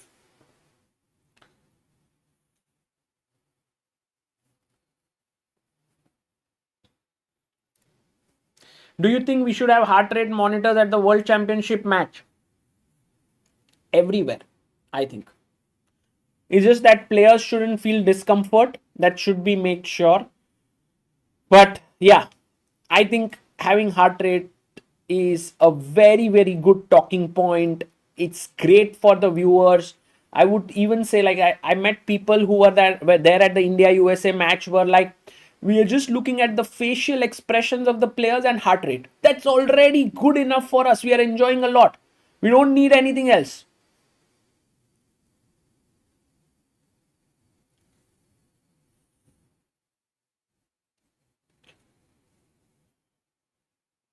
And here, Garry now thinking about how he should take advantage of this small edge that has been sort of provided to him by Anand, because he has the bishop pair on an open board, which is very, very pleasant, but it's not like something where it's a big advantage. Like, I wouldn't take gf5 because of knight h3 to f4. I love this position for white. I would think about bishop takes. When after bishop takes, b takes, I think the position is could feel around equal. Could also feel like white is the one bit pressing because the c6 pawn is weak. But I can always play this move king d7 to get my rook here. I don't know if it's such a silly move, king d7. It's actually a good move. It's a playable move.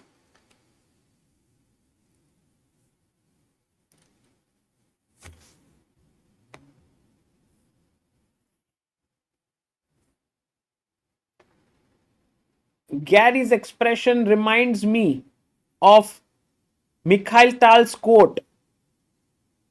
Yeah, it's a good point.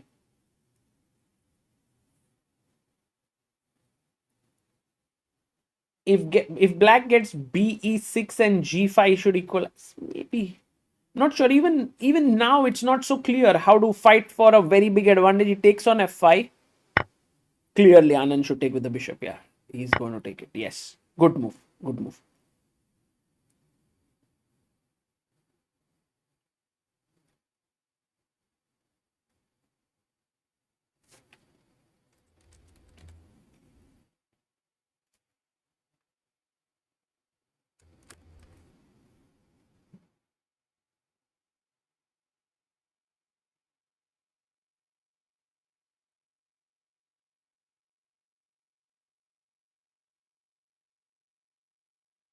So bishop f5.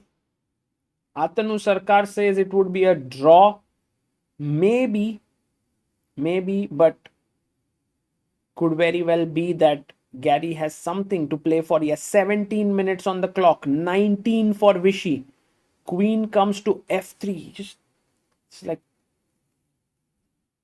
puts the queen here, getting ready to get the rook in.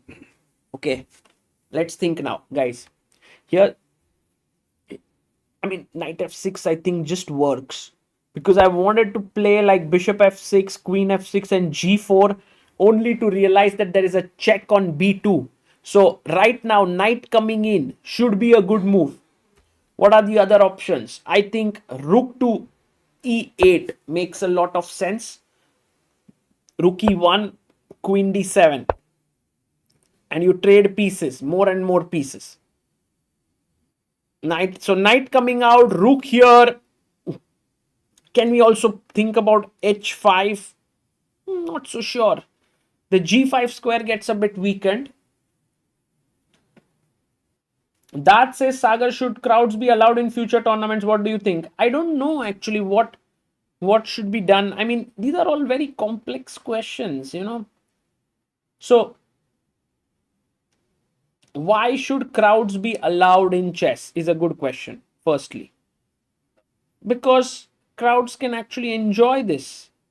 But then why should players who love playing chess have crowds there?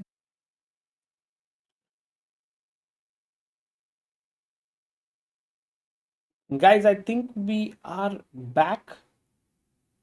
We should be back. Sorry for that. Something happened. The OBS just stopped totally. Yeah, I'm pretty sorry for that. Just very surprised what happened there. Apologies.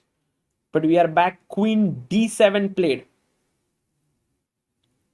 So I don't know what I was saying and how much you heard. Look at Garry there. But these new ideas is a function of if it makes financial sense as well. If it does, it'll happen again. Otherwise, it won't.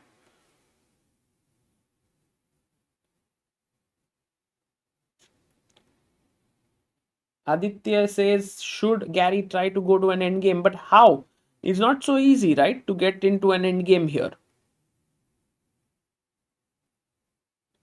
For now, I think it makes sense to bring your knight to e2 and then to d4. That would be the way to continue, I believe. And already, like, black is a bit passive, guys. Look at this bishop kind of dominating the knight. It can't come in. So knight e2 makes superb sense. Yes, he plays it. Knight e2 on the board. If rook e8, I wanted to go knight to d4. Because if you take here, guys, what's a good move for white? White to play. What is a good move?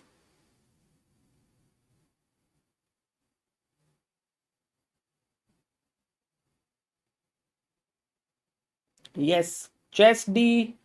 Well done.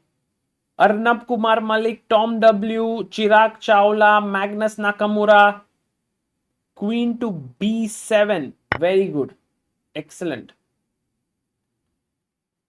So this is Garry's idea. He wants to come here with his knight.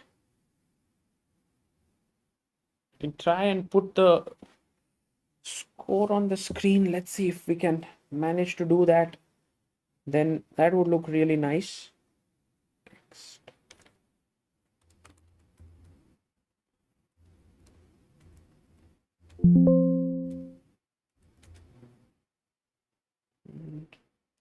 What is the score right now?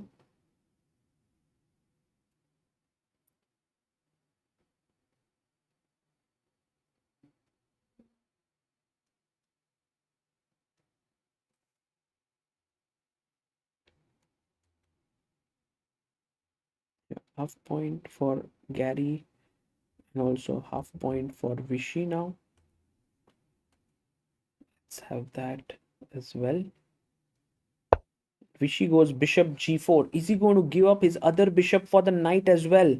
That would be something truly amazing.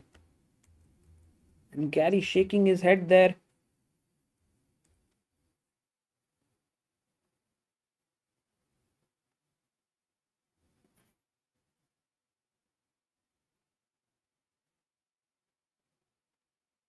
And I think we have the scores on the screen as well, which I think look nice.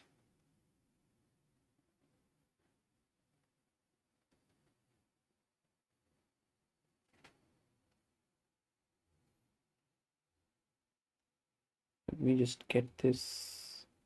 There we have it. Yeah. So then you know the scorecard as well. He goes queen f2, keeps the queens on the board.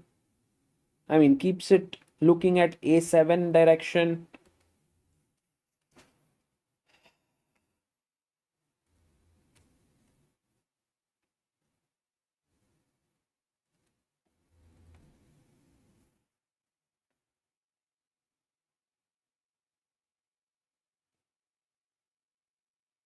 So now the queen is looking here. Maybe there's a threat to take on c6 and take on a7.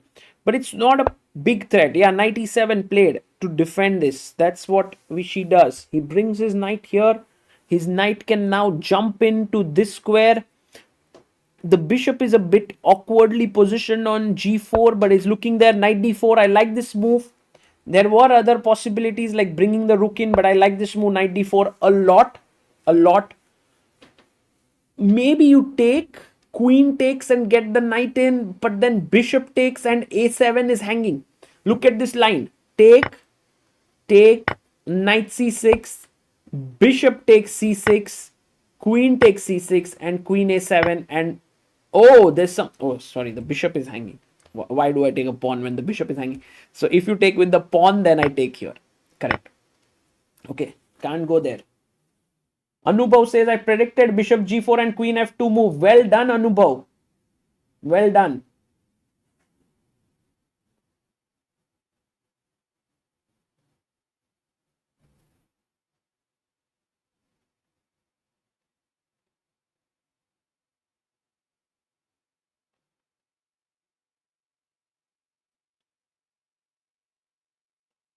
Knight d4 on the board. Vishy coming with some kind of sacrifices. I don't think, Mahesh, this is the position for Vishy to sacrifice anything.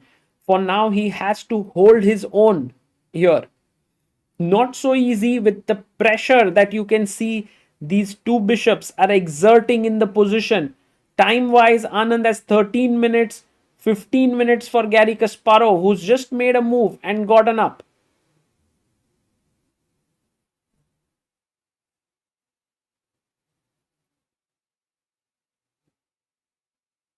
He takes on d4. Okay, I believe queen takes d4, and then maybe he can take with the bishop as well. Not a bad idea, but queen takes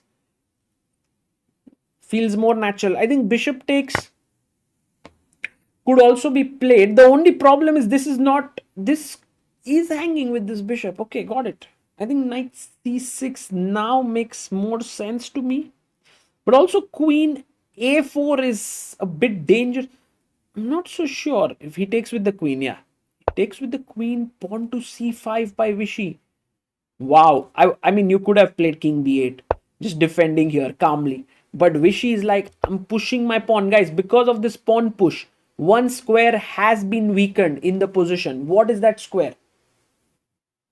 The position is not equal, guys. No way is this equal. White is the one slightly pushing here, for sure. Yes, chess D, NQ33, Jaikant Tiwari, Fabio Schwant, brilliant job. Shanks, the d5 square and the d6 pawn both have been weakened. I agree a bit. Colin, Jibak, Rajat, nice. So one way to continue is to go queen here, putting pressure on the b7 point. But Anand will very likely, he goes queen f6. I love this move, queen f6. Just coming in here, rook can't get to the f file. It's more like a dominating move. But I think knight c6 makes a lot of sense to me. Getting the knight here on a good square. I would love to trade these two bishops. Somehow, if I can trade these two bishops, that would be so perfect. That would be so good.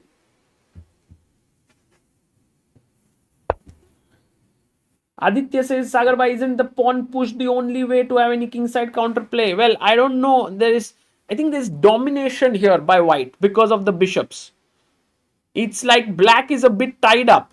I think you can get the rook in, although Anand is ready to trade the rooks with rook e8. The moment you get the rook to e1, rook e8 seems like a good move. Although the advantage grows. Wow. How is this so bad? What is wrong with... just take and take on d6. Got it. Just take and take on d6. Invincible Leof says, hello Sagar, greetings from Zambia. Very cool. Greetings. Today 10 a.m. my mid-sem exam is there and I'm watching chess. All the best, Anubhav. Use your Anubhav. experience when you actually go for your exams.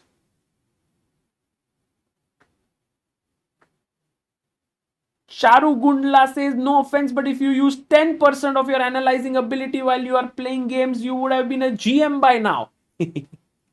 True, true. Oh, by the way, guys, here, Queen E7, I'm trying to trade queens. I don't know if it's a good move or not.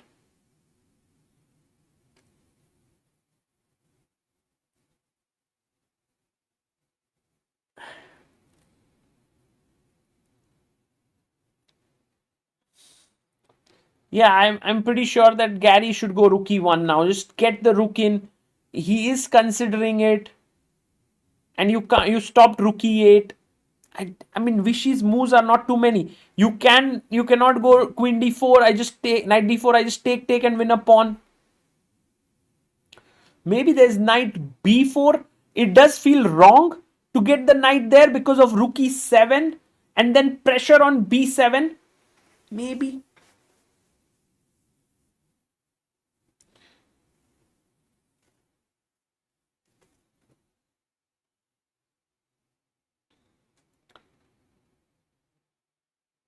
And look at Kasparov there. Look at the way he's thinking. Amazing.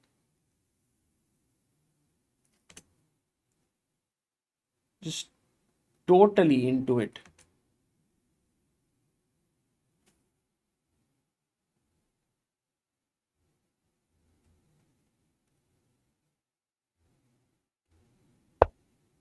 Oh, what? Yeah, rook e1. The engine, like the DGT board thought he played rook d1, which is a free rook. But rook e1 on the board, and now the knight cannot move because of rook e7. So the knight is tied down. The queen, I don't know where's a good square for the queen. Is it queen f5 to trade? Okay, maybe. Anand has to be super careful. Oh, I know what he'll do. King c7. You know why king c7, guys? Because when I play rook e8, you are taking here and taking the pawn on d6. So I'll defend it with king c7. Yes, Tom W in the chat. Well done. You said the same thing. Akash Kumar says, why I don't want to stop. It's 3:22 a.m. Very thrilling. Yeah, amazing. Dead Poet. Hello, Sagar Bhai. Just wanted to say thank you for helping me absolutely fall in love with chess. Wish you the best. Thank you, Dead Poet. Thank you so much. I'm so glad that so many of you are loving chess. It's something that has added so much to my life, to the lives of so many people. And I'm glad that it is also giving you this lot of joy. Shreyan says something very interesting. He says, King c7. I am worried of bishop takes c6 followed by rook e7. It's very good. Very good point, Shreyan, but I take with the queen. And then if you give me a check, I just play rook d7 and somehow this opposite colored bishops will lead to a draw. So very good suggestion, excellent deduction. Maybe king c7. I think if you want to continue fighting for the full point, how about bishop d5? But then again, there's rook e8. So you see, Anand, king c7 is a typical Vishy move. It's a defensive move. I'm a bit surprised that he's taking so much time. And then Garry has to find a way to not let... Yeah, he's playing king c7. Exactly. Good move. Now rook e8. So if you are a top player and you want to become a good player, like if you're not a top player, you want to become a good player, you have to stop opponent's ideas. Now, opponent wants to play rook e8 here. Sometimes you can't stop it. What do you do? What is a good move for Garry here to make rook e8 difficult to play? It's a tough move. White to move, guys. White to move. We have Mohammad Janal who says, watching from Nepal because of your fabulous commentary and two legends playing. Vatsal Agarwal says bishop a5. Oh, he goes bishop e6, but now rook bishop d5. But now rook e8 is coming. You know what was the crazy move here? Very nice move. queen h4. This is such a good move, because now if rook e8, I simply take and win the bishop, even looking at the h7 pawn. So actually speaking, queen h4 is very nice. You could potentially play h5, but that's how you create new weaknesses. And Vishy is very quick to play rook e8. This game should end in a draw now. That's my feeling. Although white still has certain dominate. I think I spoke too soon. Maybe it's not a draw at all. It's still fighting. It's still fighting. Let's say rook e1, rook e8, queen e8, queen g7 check, queen e7, bishop g8. Because if you take here, I take here. Now the h7 pawn is super weak, but h5. So you attack again, but then I have bishop f5 and it's a very solid fortress. This is a draw. This is how Vishy wants to. These patterns are there in Vishy's mind. He's always looking at how to defend. He's one of the best defenders, because I think Vishy thinks in terms of schemes or in terms of patterns that help him to find these fortresses.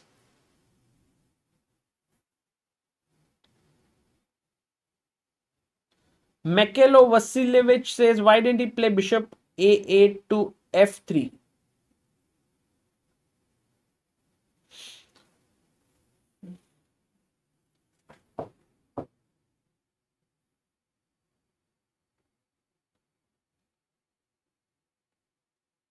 Why is Garry so stressed? Well, Garry is just intense. It's not stress. Shreyan Chakrabarti has just gifted 5 Chessbase India memberships. Thank you so much, Shreyan. That's so cool. So cool. Amazing. Thank you, Shreyan. That's very kind of you. In fact, all the membership money goes to young talents of Indian chess to, they get laptops through the laptop program that we have. And so thank you for all those who contributed. This year, 9 people got it. And we're going to soon write an article on it so that you can see it.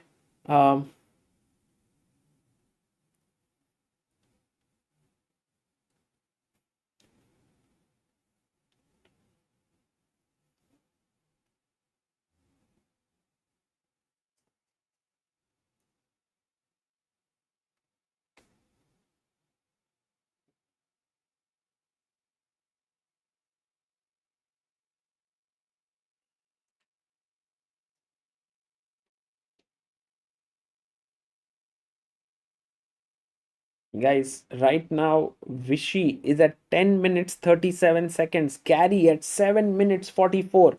Everyone in the chat asking me to stream title Tuesday.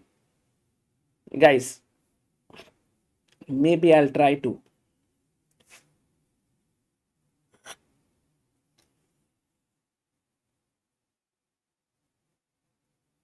I was wondering if one could. I think if bishop c6 is played, it's a very nice move. Very interesting move that is being calculated, because if king takes, it's already bad. Yeah, with bishop a5, I mean pawn takes, it's already bad with a check.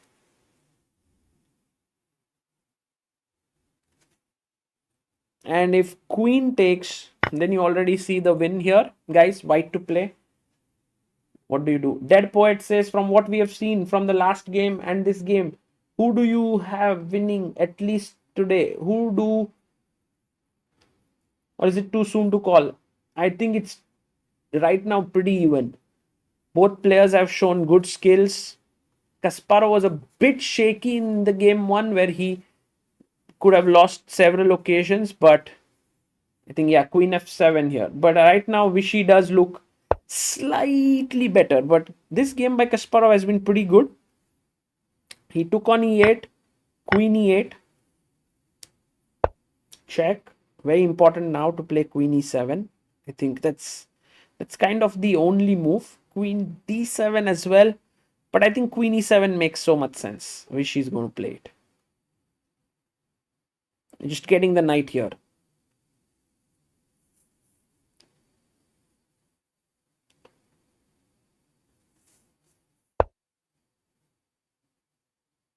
Yes. Oh, he goes queen d7. Wow. That came as a bit of a surprise to me. Because, I mean, I, I would still think of bishop g8 as the main way to press here. Uh,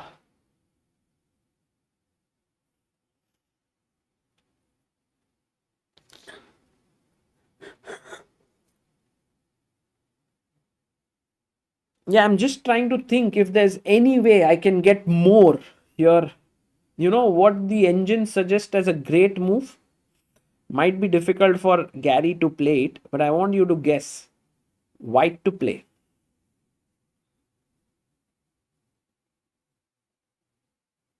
I thought he's crying. No, guys, not crying.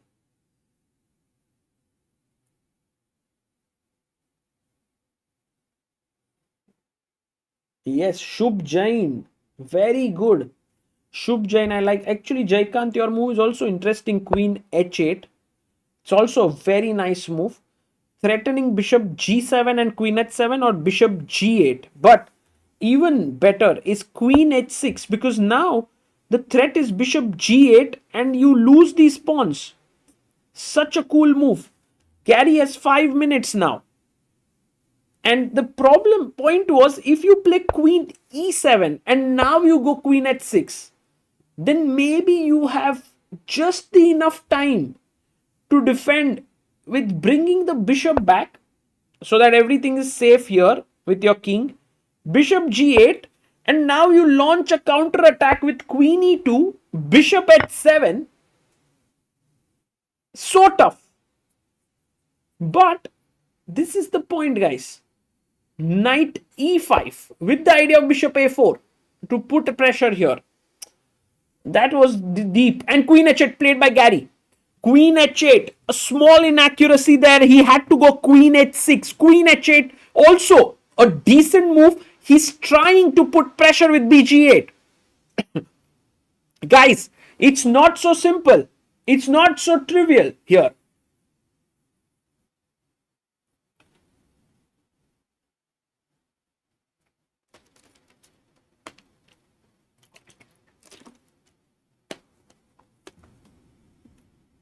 Jaikant, you need to be proud of yourself. You did say queen h8. It has been played by Garry Kimovich. h5 by Vishy. He also, if you had queen on h6, this move was not possible. Now h5 and bishop f5 is what Vishy wants.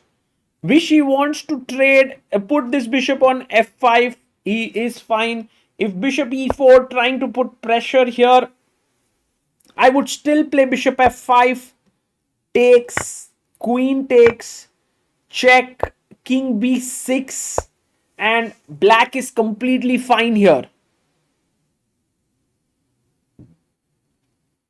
So nice move there, h5.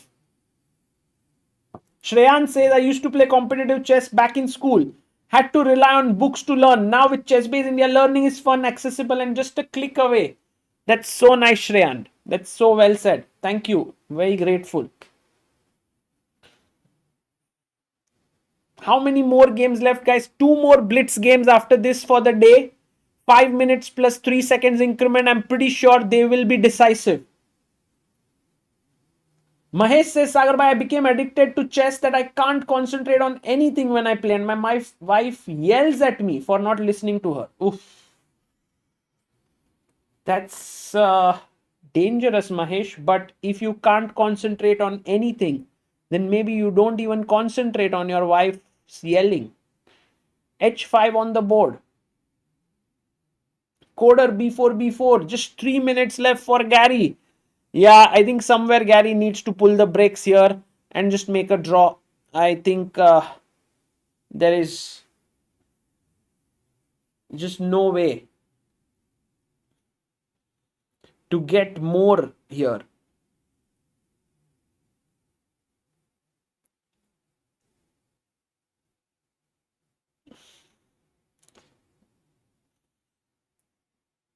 No, the thing is, I want to somehow attack this pawn with my bishop and queen, but just queen f, like say for example, queen f6, bishop comes here, bishop f7, trying to attack here, but now just this move, queen e7, and I trade, and it's a draw. Take. Nothing. Nothing doing, guys. Nothing doing. Garry, you need to make a move. You might lose on time. 2 minutes just left for him. 9 minutes 55 seconds for Vishy.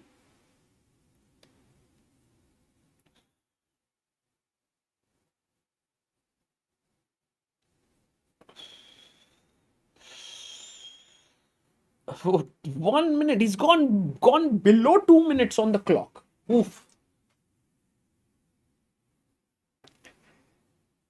Man, is there an increment? Yes. 10-second increment. He goes bishop f6. Okay. Let's see. I mean, I just want to trade one of the bishops. So I could go bishop e6, but then take queen g7 and queen g6 coming in. Maybe for Vishy, the easiest path is to play bishop f5, right? I mean, just put the bishop here. Oh, bishop e6 actually works? How the hell does it work? Takes, queen g7, maybe king b6. Oh, he goes bishop f5, yeah. Queen takes g6 is hanging. So what's the move here? King c8? No way. What the hell are you doing here? No way. p5. What? Come on. Guys, that's not happening. a3 played. So Vishy goes bishop f5. I also thought bishop f5 is a good move. I mean, but bishop e6 is just insane. That if a3. And now Vishy playing quickly here. He plays queen c8, offering a trade of bishops, of queens.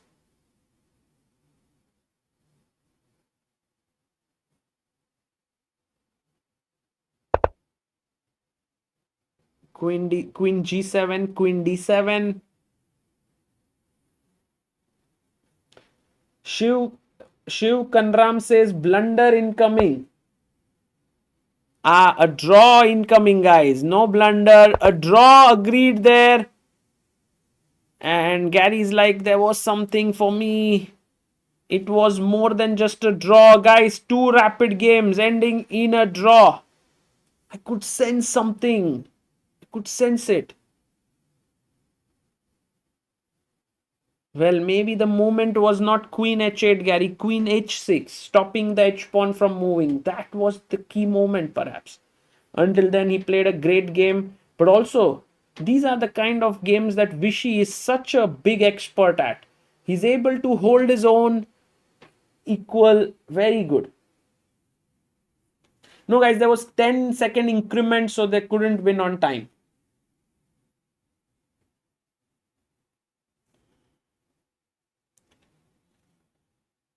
The excitement is building. The score is 1-1. It's time to go into 2 Blitz games now.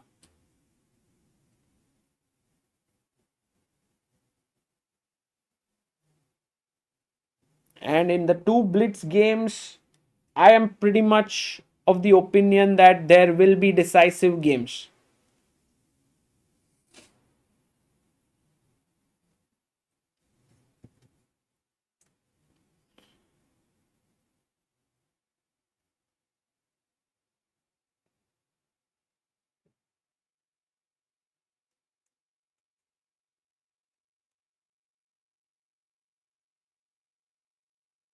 Yeah, the players get up from their chair. And we have 1-1 as the score right now in this match. With 2 Blitz games to begin in some time. No, but I think Gary's playing well. Yeah, Gary's playing well. Same position. 1 point each to both players. And guys, maybe it's time for us to take a short break here.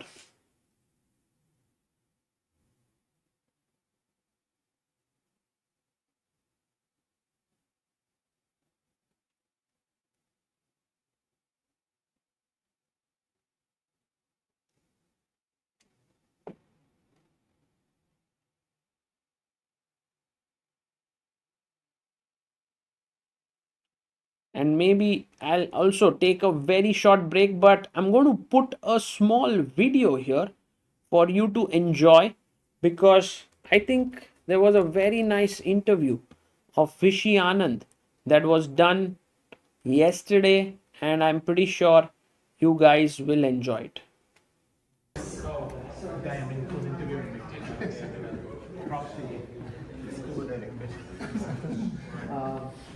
Totally intimidated by your silence.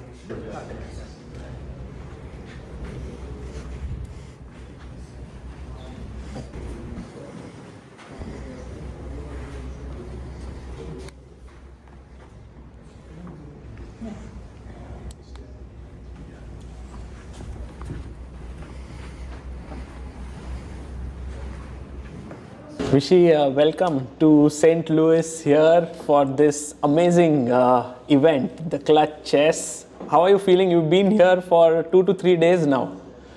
Yes, I came a couple of days back to acclimatize to the jet lag, and much better. I'm sleeping, I wouldn't say St. Louis time, more like somewhere over the Atlantic, maybe Brazilian time or something. I just think, but close enough. And of course, it's nice to be back here. I've not been here for 6 years, and so coming here after 6 years, of course, people who have been here 6 years ago and now will know that the club is not what it used to be. So almost everything has changed and is being remodeled. But anyway, it's good to be back. It's a very nice chess club and chess community, and I really enjoy coming here. Yeah, of course, the event is also very special. Right. So when Maurice, I think he wrote to me sometime late June, I was very excited. I thought, okay, this is a really fun thing to try, and to try 960 is also very nice. What about the event is exciting, or you can say a big change for you? Is it the scoring system, or is it the fact that it's chess 960? I think the bigger thing is that it's 960, because that's what I have to adjust to the most. But yes, the scoring system is highly unusual as well, and but that I can compartmentalize. Okay, first we'll play the first games. Anyway, you can only play your best moves. You can't really think about that. So I think that is easier to think. But 960 is a very different experience. And your opponent, Garry Kasparov, facing him, what are the emotions that are running through you? Because you guys have had such a amazing history 30 years ago, the World Championship match, and now playing here. I think once he's in the room with me, a lot of old memories. We'll be playing not only here, but also some past matches. But at least I got to play him in Zagreb, even though those were 5-minute games, so they finished quite quickly, but similar experience. And we will play Blitz games here as well. So, but yes, otherwise we played our last game in 2005. So, yeah. Actually, talking about these encounters with Garry, I wanted to go through a few of them, and just from your memory, what you remember. So I have a few. First one is from Tilburg in 1992, and one of the moves that you played was ND-B5. 91. It was 91 October. 91. Yeah. Tilburg. And I think October, but anyway. It was your first win with Garry, right? Correct. It was. And then Reggio Emilia was 2 months later. Exactly. Yeah. So this Tilburg won ND-B5, and this game was absolutely crazy. Do you remember it? Very, very, very well. Actually, it was accidental. I just kind of played F4, pressed the clock, and then Garry came back and he did one of his famous facial gestures, something like this, and I thought, what the hell have I done? Did I blunder something? And then I saw Queen B6, and I realized I have to go Bishop E3 because I cannot block in any other way. I can't move the bishop or anything. And if I play Bishop E3, he takes on B2. So what am I going to do? So then I was feeling embarrassed. I mean, you get a chance to play Garry and you waste it like this. And what am I doing? But then suddenly I noticed knight DB5, and I thought, well, for a guy who came so confidently and took the pawn, what is he thinking about? But it shows you a little bit. Garry was thinking A b5, knight b5, rook a5 is so good for black. How come you didn't even check this? For me, it was even queen b6 was new, though I blundered into the position, but I had not analyzed it in that kind of depth. But once you've given the b2 pawn, and if you've given a pawn and it's not poisoned, what's the point? So I found this knight b5, and after that I just followed the path. I went queen a1, he went rook b6, so then it became 3 pieces. But Garry's opinion was that black was doing quite well with the pieces and already good chance to win. But once I got into the position, then it became easier because I realized almost in spite of myself, my pieces were giving Garry more problems than it looked, and it was hard for him also. And then suddenly it was over. I had a feeling that I was navigating some stretches, that I was surviving and so on. And suddenly in a few moves, the whole thing collapsed. But later on it turned out that white was better all along, and so the computer had a very different evaluation. But Garry had studied this position with 3 minor pieces, and he liked it for black. And then he resigned and kind of told me something about the game, I could have done this and that thing. Then he gave some very fast variations. I tried to keep up. And then he got up and left. And I went to the press center, I was hanging around and generally feeling good about myself and so on. And then Herr Lichtering came by and he said, "Did Garry tell you he didn't want to analyze?" I said, "No, I assumed he didn't want to." But he said, "No, because I think he's waiting for you there." Then I was very embarrassed. So I ran to the analysis area and he was sitting there waiting. He was moving the pieces. So then I sat down with him, we analyzed a bit. And wow. But well, those were the best tournaments in those days. Tilburg, a very, very nice tournament, and this was a good evening. What a nice memory, and so vivid, so beautifully said by you. The second game is the Reggio Emilia one, where you took the pawn on a2, and then this move bishop g6. Like, I was looking through the game, it was so amazing, like this entire sequence and the French defense. What a game. Yes, there are days where you make moves you didn't even know that you considered, or you didn't know you could make such moves, but they just flow naturally, and this was one of those days. I think one of the best days in general. Though even then, a lot of unexpected developments. I played bishop g6 thinking, well, eventually I'm going to get back one piece, but I didn't even consider h4. So then I had to take his knight. He took the thing. I was 2 pawns up, but he had some way counterplay on the h file, but I managed to control it. And again, I had the feeling that I'm doing well, but then suddenly, boom, the game is over and it collapses. That was maybe even more special because you won the tournament. I beat him fairly quite easily. And well, before I won the tournament, there were 1 or 2 accidents and so on. But anyway, yes, to win Reggio Emilia was a very, very big success. And that was, I think those were maybe the 2 best months of my life. This stretch between Tilburg and Reggio Emilia. Yes, but 92 had one more win against him. This was the Paris Rapid. And actually in that you played a new idea with pushing your kingside pawns g4, h4, g5, then bishop h3 when the knight came to g4. That was also quite a smooth win. Like, he attacked, but somehow it's like his attack didn't get through and you checkmated him. Yes, that was a nice, it was a plan which was just developing. Even the English attack had been around for a few years. So this ideas of thing, but this is very typical from the Keras attack days. If you know the Keras attack, then a lot of the moves were kind of obvious. But it became an exciting race because Garry believed in black's position and there was a thing, but I think I timed it just faster, and that was nice. And I think the audience enjoyed it a lot. That after we finished the game, we immediately started discussing. We forgot that we had to get up and talk to the audience. We were analyzing the position because there were a lot of questions. And I remember Danantwang came running and said, no, stay and analyze, it's okay. They find it quite funny, so enjoy it. So we kept analyzing. So nice, so amazing. And then there was this PCA Intel Rapid win in 95, which match was very smooth. I think there was just Yeah. there was no much thing happened, and then the World Championship 9th game victory, which where Rook D5. I think that would be very special, right? That win. That was a big surprise because when I played Rook D5, I didn't see what else to do. My position is very nice.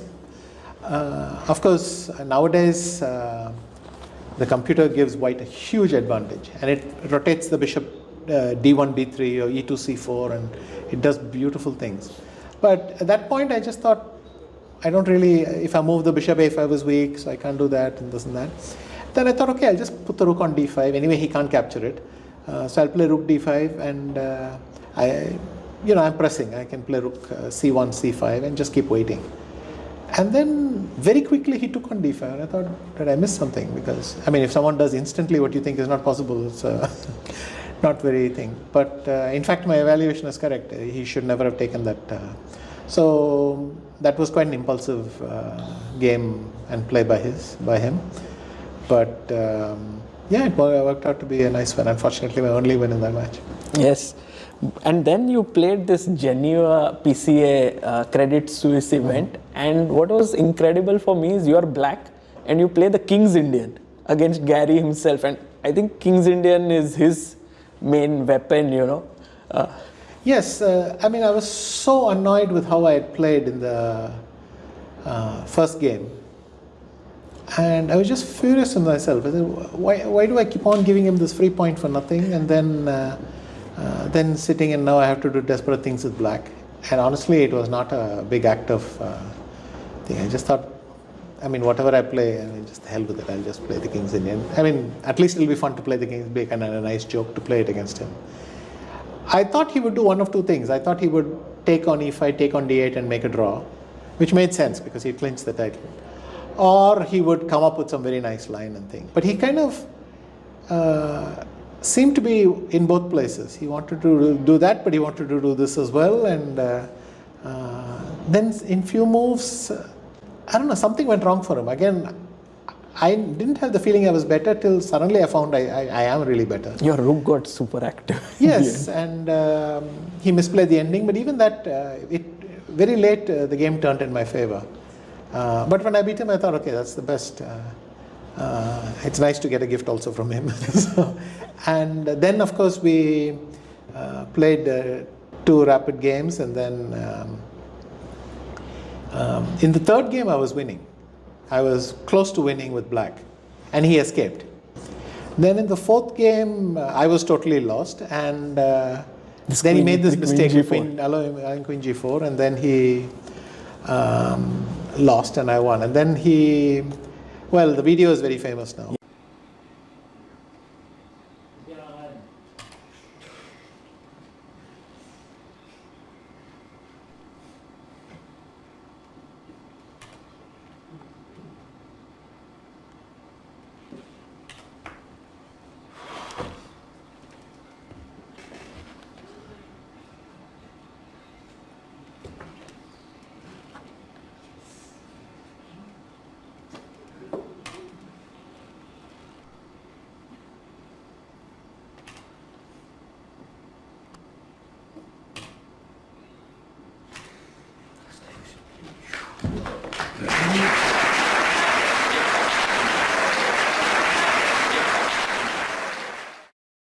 Yes. Do you think it was the biggest emotion you've ever made in your life after winning? Because I remember it so much, you doing this. I was in a good mood. Yes, I was extremely happy because I thought, because in '94 in New York, then 96 in Moscow and so on, he had beaten me, but not from good positions. And I always thought, well, it'd be nice if I get some luck in my... And so when I got this, I remembered those things. But of course, he remembered it differently. In Geneva, I just felt, this is really very nice, and I'm going to enjoy it. And I did. It was a fantastic event. I played very well the whole event, and the Garry match, of course, was very shaky, but a win is a win. Absolutely. And then there was this one game in the Chess Classics Giants in 1998 where there is this one move you played knight d1, and like your knight d1 move with I think Kamsky is Kamsky, very yes, yes, famous, yes, yeah. but this one is also very beautiful. Yes. Somehow the position just played itself. I mean, you have, and nowadays there are many people who play b3, bishop b2 in castle, and then they rotate this knight around and so on. But I remember that there also this knight maneuver was very strong because he was not ready for it. And the knight comes and it's, in fact, the knight is beautifully placed on e3. And maybe that's one of the advantages in this format, because if your knight is on f4 on d1, it'll go to e3 very nicely. So, of course, the opponent can also play knight e6, but anyway. Amazing. And of course, in Zagreb, you scored 2-0 win. That was the latest 2 wins. Did you, at that point, feel like it was easier for you in those games, those 2 wins in Zagreb? Well, later on it turned out, I played him at the start of the tournament, 4th round. But I noticed that he had lost maybe 2 night offs already. Jan Christoph and one more, I forget whom, maybe Van Forest. Yes, and I won this, and I thought, let me play bishop g5 because he seems to be, I don't know why he's playing queen c7 these days, but then I'll just take queen f3 and then we'll play fast. I mean, what can you prepare for Blitz, right? So I decided to play it quite fast. He was quite surprised, and somewhere I got in my b4 and I was very happy to shut down everything, and beautiful, very nice win. The black win is more chaotic. Actually, my position was good, but I didn't realize it. A lot of time, I thought I had made a mistake somewhere, but the computer says anyway I had done the right moves. And but okay, it was obvious he was not in shape at all. And facing, these are all amazing, memorable games. Facing Garry, and he has so many expressions and so many, things he does on the board. In present day, maybe comparable is Hikaru, who does a lot of these things. Is it difficult for you, or how is it, or how have you adjusted to it? Do you expect that to happen in this match as well? I think it will happen for sure, and maybe what is most difficult is that you forget that it happened. I mean, I haven't played Garry in so long, I've forgotten that part. I mean, when you talk to him,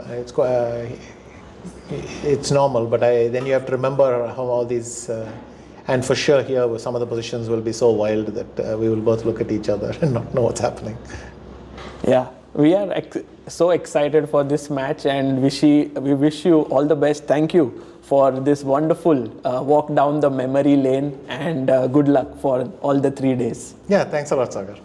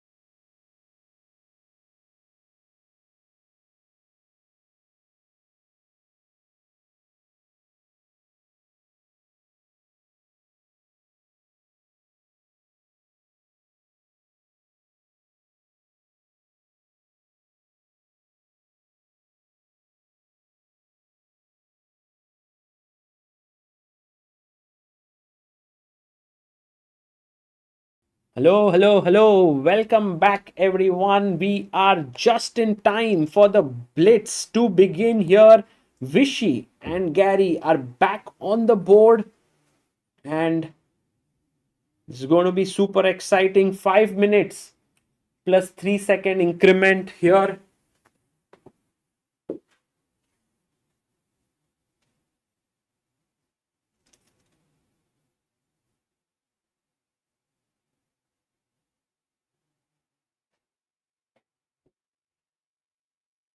And the game is off. We are off here. Let's go. The third game has begun. It's the first Blitz game of the day.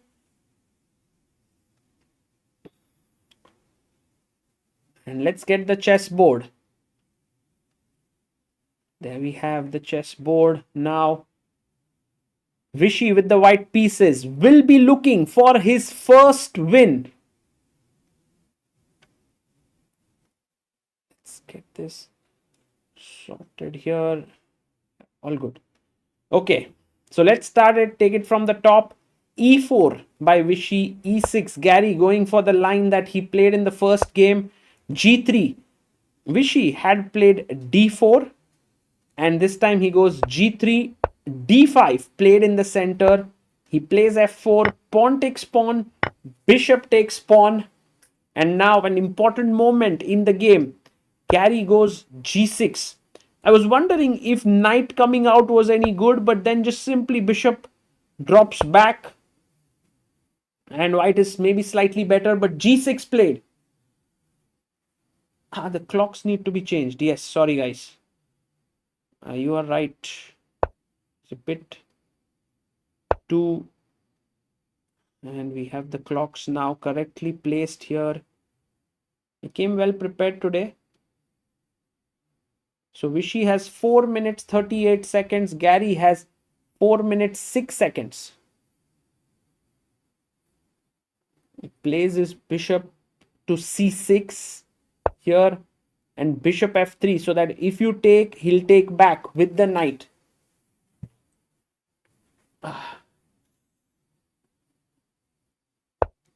Yeah, same 960 position, chess D. Yes, all 4 games with the same position. And now knight E7 played. Maybe the queen can move out to prepare long castling. He goes bishop F2, which also makes a lot of sense. The starting position is a bit positional in nature, I must say, I must confess. Knight F5, I love this move. Looking at the D4 square, Garry has 3 minutes 41 seconds. He plays his knight to F5. He's looking at the D4 square. And yeah, kind of looks black, like black's pieces are all flowing in. I want to play queen E2, but there's knight D4. And then I don't want to give up my bishop, but maybe it's okay.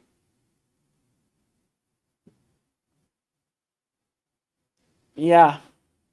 Rook E1 is another possible move. D3.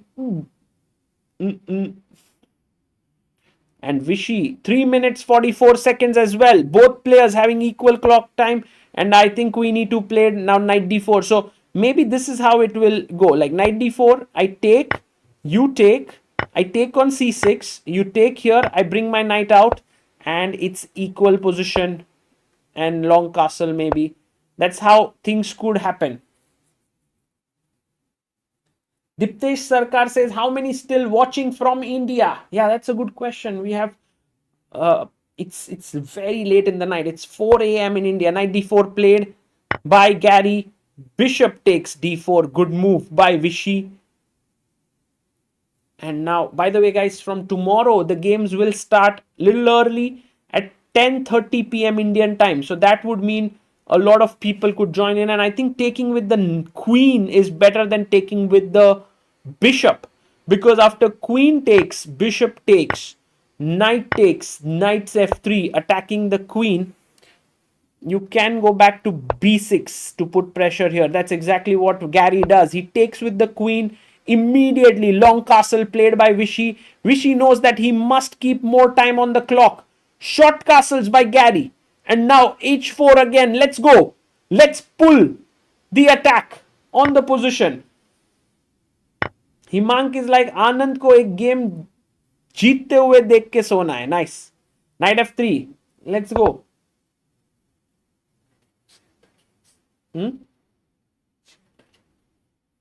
उसके अंदर ही आपके and he goes back to B6.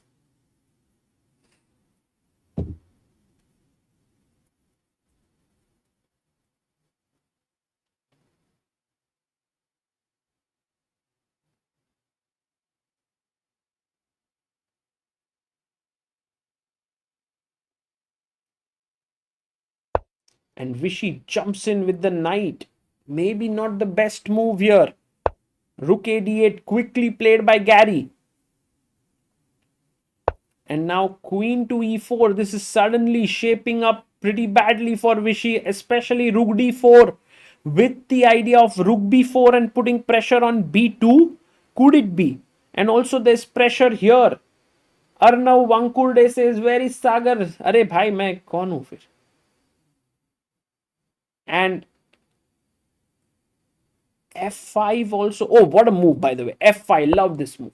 Why? Because after queen E2, he plays F5. Whoa. Takes. Now there's no weakness on F7. The pawn is on F5. Love it. Love the move there. I think Anand in big trouble. He comes back with his queen. And now look at Garry. He's like, I'm going to go all in now.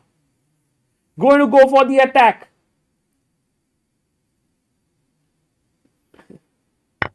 Takes on E5. Best move again. Fe5 takes the pawn. The E6 pawn is no longer a weakness. But the E5 pawn is weak. And you can try to put pressure on it. So Rook comes to D4. Another beautiful move by Kasparov. Showing his class. Rook D8. Put pressure here. And Vishy is nervous. For sure, his knight has no scope. Maybe knight B5. But what's the knight doing? Rook B4. I just attack it. Rook F4 played. And I think the F4 pawn can get weak. You can take it. But you can also go Rook G. Yeah, Rook D8. Exactly. Anand under pressure now. He takes on D4. Look at Garry there.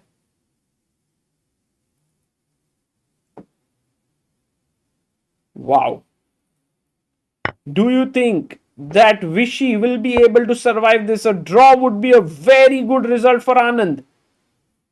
He defends here. Oh, there's a great idea. Bishop G7 to H6 attacking D2. Wow.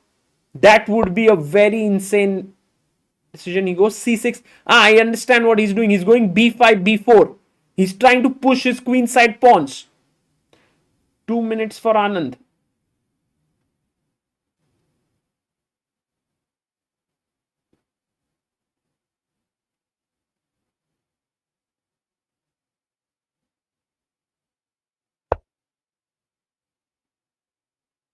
And he goes queen E3. He's offering a trade of queens. Maybe take the queen or not. I think taking the queen makes sense. He goes bishop G7, which is a good move. Garry is actually playing so well here. So well in this game. I think he basically understands he's better. He's clearly putting pressure on Vishy. Takes on D4. Rook D4. And now, I don't know how Anand should be playing here. This move is a big pressure on the D2 pawn. King can come in. G5, G4. He goes D3. And maybe G5 to push the pawn to G4 and then H5, H4. Get the king here. Move the rook over. That's a great plan. I love this plan. G5, G4. But also, Vishy is so tricky with his knights. He will go knight E2, knight F4, settle down the knight, put pressure on E6. Well, it's actually a very interesting game because Garry is low on time. He has 1 minute 14 seconds. Vishy has few seconds more. Secondly, in Blitz, knights are considered to be superior to bishops because they jump around and they are like boom, boom. They create this messy situations. A3, well, Vishy is trying to kind of play moves that are non-committal in nature. King f7 and knight e2. That is exactly what Vishy was waiting for. He's so tricky. Here he had to play rook d7 first because now he's just in time. And when Garry goes back rook d7, there is d4. That's exactly what. And that was this move a3. Anand is back. Vishy, the tricky Vishy. And now maybe white will also start to press with the time and takes CD. Let's see the lightning kid, whether he can actually create the first decisive game of the match. Garry can go h5, create this play on the king side with his pawns. White will try to bring his king up the board. He goes h5 played. Still looking quite good for black. King c2. Good play by Vishy. Just that the bishop is a bit passive now. Bishop h6. Maybe king d3. Getting the king in. Yes, plays his king to d3. Good move. Garry goes g4. And now knight to c3. The thing is, you don't want to play knight f4 and trade the bishop for the knight. No, that's not a good idea. Because then black has these dangerous pawns. a4. He's keeping the tension. He's making Garry go down to 20 seconds. Time is going to play a big role, guys. Bishop g5 with the idea of h4 is what he wants to do. a5. Vishy is like, I'm playing on the other side. I don't care what you're doing here, Garry. Wow. h4 played on the king side. And Garry wants to go king g6. What a race this is. b4, a6, rook b1. He wants to push b5. Next, Garry down to 12 seconds. Oh my goodness. Vishy has 1 minute. Time-wise, Vishy is doing really well. You can't push b5. You'll lose the a5 pawn. But can you distract the bishop and then push the pawn? Maybe not. Knight c3 played. I think Anand's main idea is to keep the tension, jump in with the knight to a4 and c5 and make Garry go wrong. Yes, he plays knight a4. He's bringing it in. Knight jumps to c5, takes, b takes c5. Oh, and Garry pushes his pawn to f4. Insane rook endgame. 11 seconds on the clock. Oh my god, any, all three results possible here in this rook endgame. G takes f4, king jumps into f5, king e3, rook g7, Garry playing super fast. He wants to go g3. Maybe another draw incoming or what? I think this will be decisive, guys. This rook endgame has enough juice for both players to go wrong. And Vishy now down to 30 seconds. He goes rook g1, rook g8 played by Garry, rook b1. Oh, draw. Well, Vishy doesn't want a draw. He's ahead on the clock. He wants to play. He's waiting there. He's trying to say, okay, is there anything I can do to continue?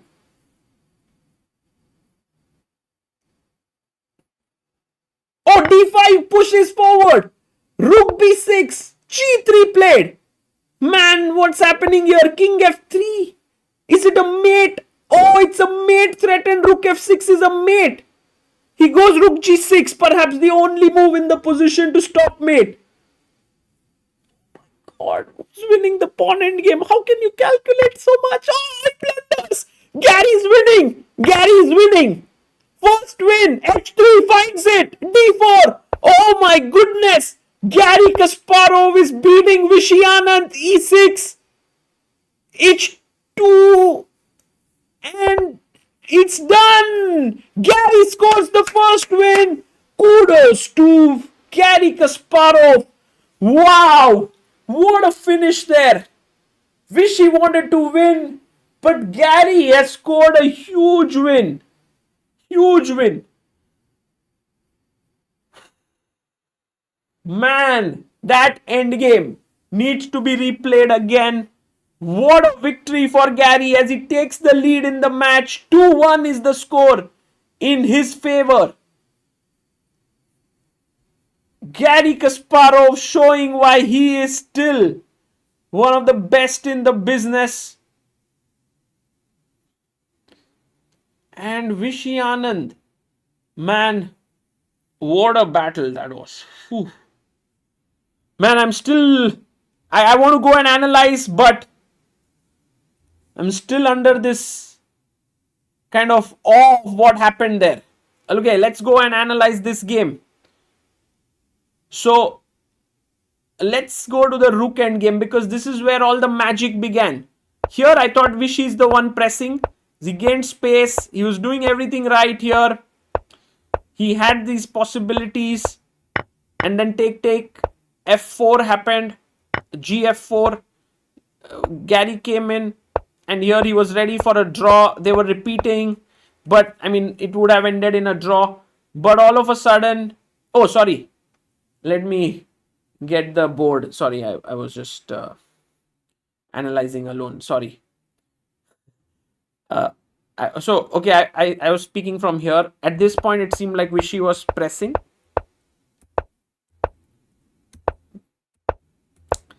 But then, this is where I think this pawn sacrifice was a very interesting idea.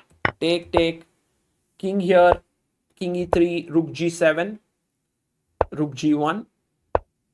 And Garry was patient. And I think a draw would have happened if they repeated. But Vishy had 38 seconds. Garry had 21. So he went d5.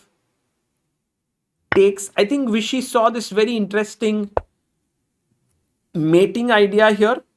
And he said, I must go for it. But it was not working because g3, making a square for the king here.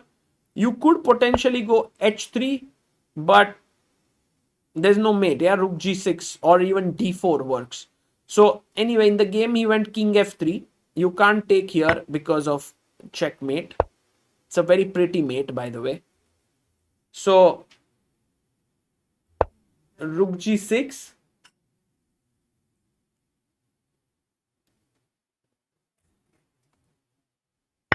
Take here, and I think this was the mistake. This was the key error of taking the rook. Maybe he should have begun with take here, but it's not so easy because now I take here. Okay, just a question to all of you in the chat. If h3, white to play and win, what's the winning move?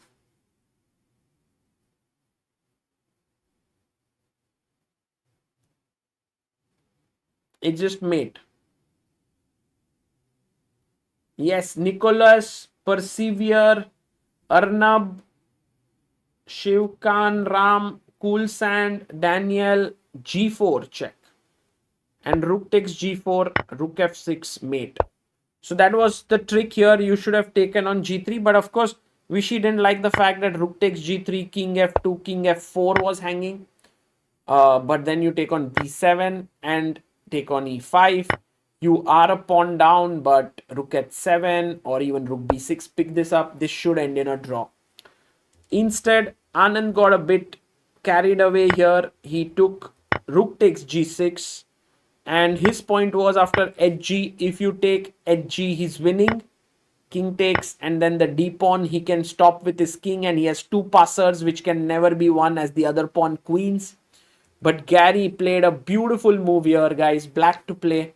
This is a key move when black pawns are far enough from each other and white couldn't get going. Yeah, this was very important. This was very important. I think Anand just missed this, or maybe he just yeah, I think he missed this move, h3.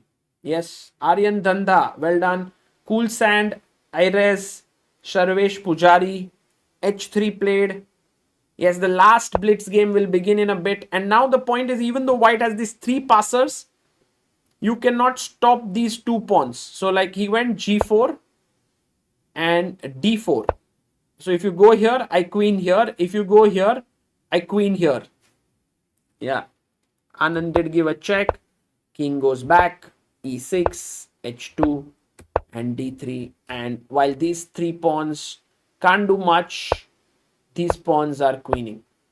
Even this, by the way, king f7, and just in time, yeah, just in time. Maybe it was all a matter of like one move, perhaps check, and now just go back and clean it up. Yeah, so the score now is 2-1 in the favor of Garry Kasparov. Guys, how did you like this? Aditya Bhanushali says, Lightning Kid comeback. Yeah, I hope that he is able to make a comeback today. If Garry wins one more, that would be insane.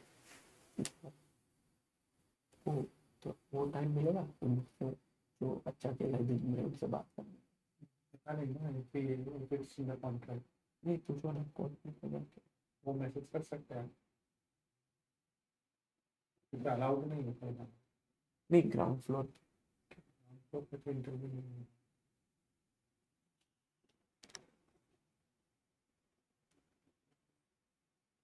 पूछ लो बोलते तो चला आप कर लो ना जाके देख के सिर्फ पूछने को जा इसको पूछ लो ना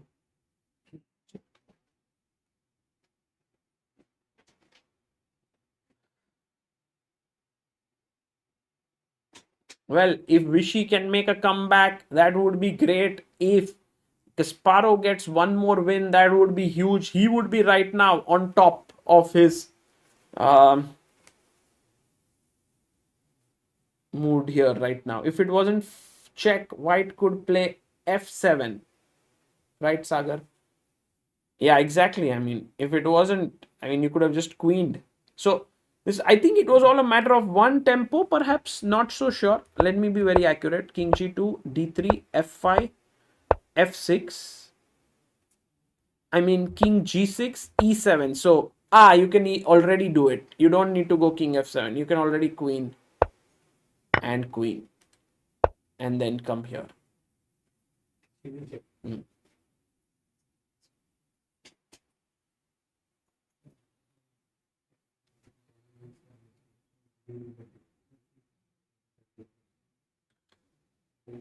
Next game should start within 2-3 minutes, guys, or maybe 5 minutes at max.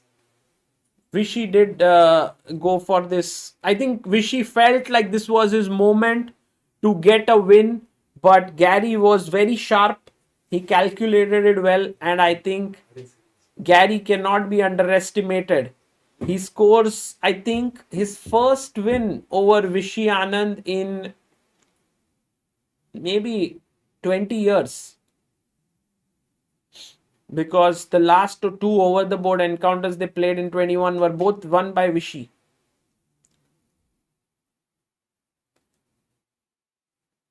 Yug Gohel says, didn't sleep to study for today's exam. Ended up on CBI. Arey, kya baat hai?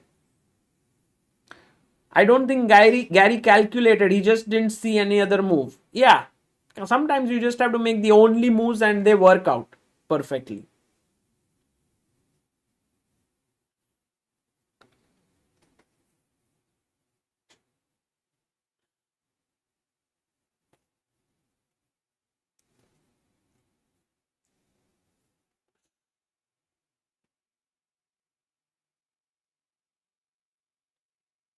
Many people waking up in India, by the way, at this point. Great game, by the way. Hope Vishy makes a comeback, says Rahat.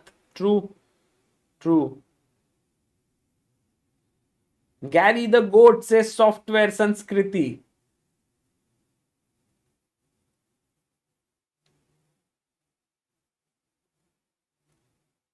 Tejas, one question that was asked was chess genic. Sagar, by the analysis you showed after g3, hg3, what if we play h3? No, that's what I showed, yeah? h3 and it's winning.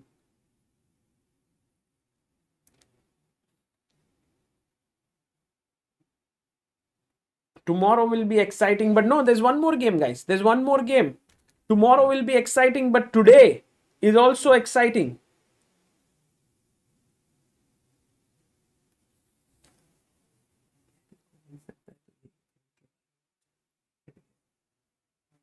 Garry.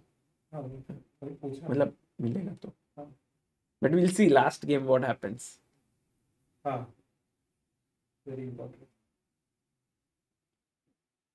Oh, help chess believers is same as the rating of Magnus 2900. Oh, sorry. Yeah, that's amazing. Let me just.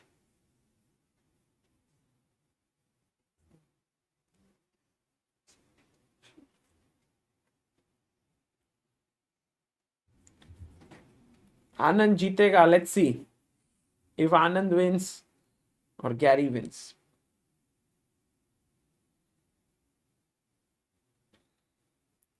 India versus USA, guys. The next match should very well happen next year in the first half, and it would be very exciting if it happens in India.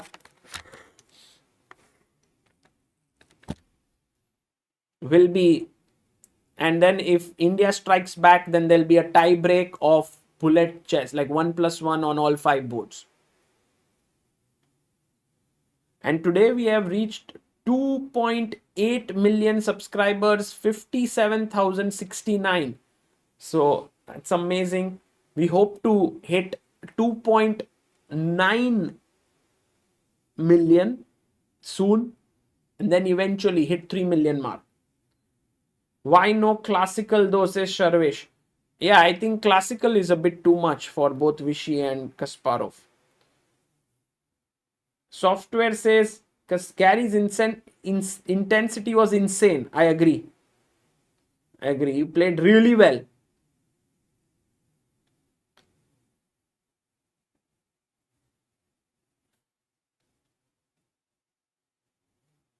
Aryan says, "Acha khela Sagar bhai aapne." Yes, I think I'll try to play more in the coming days, practice more, try to become stronger, maybe play a tournament or two. I would love to. When is CBI reel coming now of Gary's expressions? Yes, for sure. I think we will put that up very soon. Iris says, Sagar bhai, can you explain the event? So it's clutch chess, guys. So in clutch chess, what happens is that there are 3 days. Day 1, 4 games. Day 2, 4 games. Like this, 2 rapid games, 2 blitz games. And day 3, 4 games. It's the same. And then day 1, the points are 1, half and 0. 1 for a win, half for a draw, and 0 for a loss.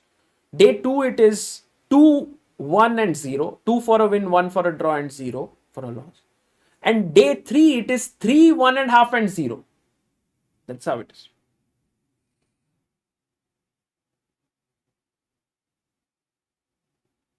AKS says, will you continue Sagar Shah versus GM series? Should I continue? That's the question. Yes, Makwana Rahul, 1 more game left. 1 more game. Actually, I agree. Rahat says that it's too hard to judge when to push and when to not push. The thing is that even with these great players, you will see that they misjudge when low on time. So like many times I'm saying to myself, oh, I did not play well under time pressure and stuff. But it's the same for top players. If you are 2800, your level would come down to 24 or 2500 in time pressure. If you are 24 or 2500, your level would come down to 2200. It's like there are no survivors in time trouble. Everyone's level dips, including Magnus Carlsen. Chess requires time to think. And the players are here. A handshake. Let's go, guys. Let's go. 4th game of Blitz, the final one for the day. Vishy has black pieces. Garry putting in, like getting ready now. The clock has begun. And e6. This time Vishy playing. Gary's opening knight c3. Takes, knight takes. Bishop b5 goes knight e2. Knight comes to c5. Oh, and it's already a mistake here by Garry Kasparov. Why did he play so quickly? I mean, what's going on, guys? Why did Garry play so quickly? Just a second. Isn't bishop e2 and d4 hanging? What? What? Why did he do that? Like, Garry just did not even think here. Bishop e2, queen e2, knight d4, queen c4. What? Guys, Vishy is already winning after just 8 moves. b5 found the best move. And Vishy just made this small look at Garry. Oh my goodness. What's happening? What's happening? Okay, firstly, queen c3, knight e2 check. You lose. Queen d3 makes a lot of sense. But guys, it's winning. Piece is falling. Garry's blundered. Garry's blundered. Oh my goodness. Guys, what's the winning move here? Now yeah, Garry's just blundered in 6 moves. He might resign. No. Yeah, he's losing a piece. He's losing a piece, guys. Do you see the move? Yes, Shreyan Chakrabarti is right. Queen g5 check and you lose the knight. Queen g5 shaking his head. 9 moves. f4 and of course takes bishop f2 and you play g6 or long castle. Everything is working. Everything's working here, guys. Long castle c3 maybe. The final hope here. He long castles. But okay, let's just look at c3 because then you are threatening to win a piece. But I go g6 and there's this pin here. That's the problem. So he goes long castle, attacking here. Again, g6 is to be played. Garry Kasparov, unbelievable mistake.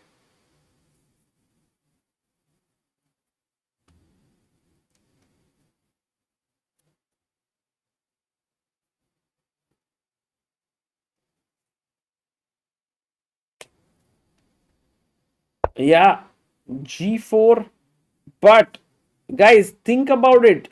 The problem now for Vishy is that there is a pin here. So I was wondering if you could play king b1. But then there is this very nice move, queen f5. And this works because pawn takes, you have bishop takes. And then you are 2 pawns up. So that's the reason why g4 played to take away the f5 square, open up the bishop. Vishy goes knight d5. Garry seems to be back in the game again. Oh my God. What is happening? What is happening, guys? Vishy's knight d5. Not the best. Can we take on d4? This knight. Bishop takes. He wants to take. Queen takes. And oh, this has happened. All takes. Vishy is like, okay, I'm ready to give back the piece. I have extra pawn. I'm going to win now the pawn on g4. Okay. Very practical. Yeah, Vishy was like, piece. I don't want to keep the piece. So in that sense, maybe for Garry, king b1 was a better move rather than getting back the piece. But now take, knight e3, and now rook g1. He must defend this. And look at Garry there. He is so upset with himself. He just got the lead in the match. He had played so well. Rook takes d8. Rook takes d8. Even before Vishy played, he made his move. Did you see that? He didn't even let Vishy finish his move. Rook d8.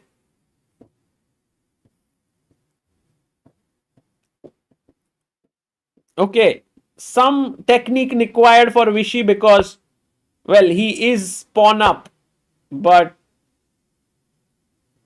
it's not like trivial to win pawn up endgames, right?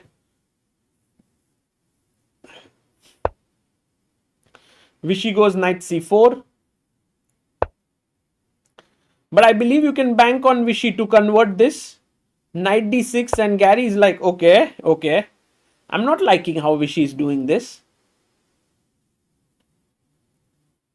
Guys, what do you think? Will Anand convert his pawn up position? Or will Kasparov make a draw here, which would actually be a heartbreaking thing for Vishy?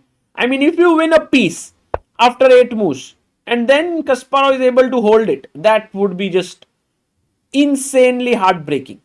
So, very important few last 6-7 minutes now. Rook h3 played, attacking the h7 pawn, rook d7, Vishy defends, rook e7, rook e5, the speed at which Garry is playing here. And it's almost equal. What? Oh my god. Maybe now a4.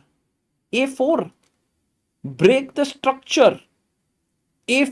Guys, look at this. a4 takes. You could even think about potentially taking on f5 and then bishop c4. Oh, you can't take because knight c4, rook c5. There is rook c7. No, I don't want to give up that. But this is, man, Gary's back. Vishy is playing a bit shaky there. Very shaky. Very shaky. Tejasvi says, सारी नींद उड़ गई अब. True. No one. Bishop f3 played. Well, Vishy needs to bring his king. There's nothing much else. Just get your king. King d7. I mean, it's still easier to play as black. You are a pawn up. But white has incredible counterplay. b5 is weak. a4 is coming in. He plays a4. You can't take here. This would be bad. My rook would swing over. Attack ace. So he goes a6, I believe. No, he takes. And rook a5. This and this. What do you do? He takes on g4. So Vishy is kind of creating a mess here. And now the question is, if you take on a7, check. King e8. If you take here, that should be lost. So like, you can't trade rooks. But what you can do is give a check. King moves, give another check. And then take on g4. So yeah, a check. King moves, now take on g4. And that's what Kasparov has done. h5 by Vishy. bd1, maybe is bd1 a good move to attack a4?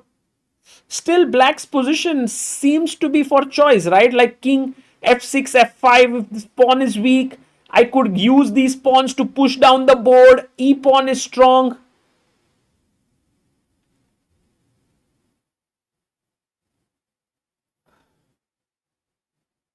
Yeah, Anand has definitely thrown away a huge piece of his advantage, but what has been working for him is time, guys. He's doing well on time. Rook a5, he stops the black king from moving up ahead. Oh, maybe e5 makes sense. He goes h4. And now do we take the pawn? Yeah, he takes the pawn on a4. And I am actually at loss for words here. I think Garry Kasparov is going to keep his advantage. Fe, rook e5, rook takes e5, king takes e5. And now we are in an endgame where it's equal pawns. And Garry is like, okay, this I cannot lose.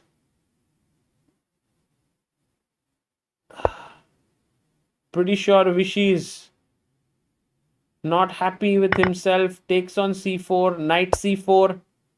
Bishop c6 and g4. This is ending in a draw, guys. Anand has 3 minutes on the clock. Garry has 2 and 1.5.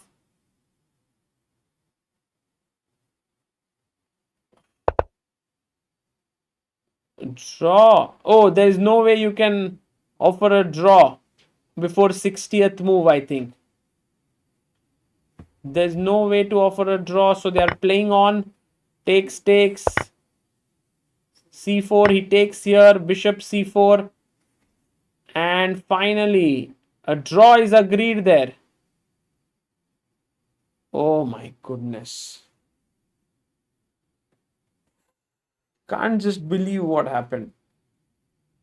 I think Vishy was a bit too nervous there. He was too quick to take some decisions, and Well, he had to pay the price in the form of like, guys, look at this. Knight c3, bishop b5, knight e2, all was fine. Suddenly he goes like this knight c5 move out of nowhere. I mean, Garry takes like, maybe this was his preparation or what. I don't even know what was he thinking. Maybe he was thinking if knight d4, even knight d4 works, bishop f1. So I just don't know what he wanted. Maybe he wanted some tactics. And then g3. Yeah, this is something what he was playing for. But instead, bishop e2, queen e2, knight d4 check, and knight d4. And now, okay, you have to play queen e3 here. But he goes queen c4 and absolutely misses b5. And now Anand is a piece up. I mean, long castle, g6, c3.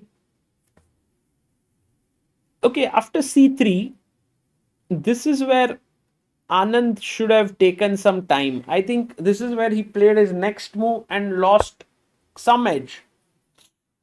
Because at this point, white is not threatening much, because bishop d4, there is bishop d4, queen d4 is not possible, there's a rook. And you can't take here because the king is pinned. So maybe b4 made a lot of sense.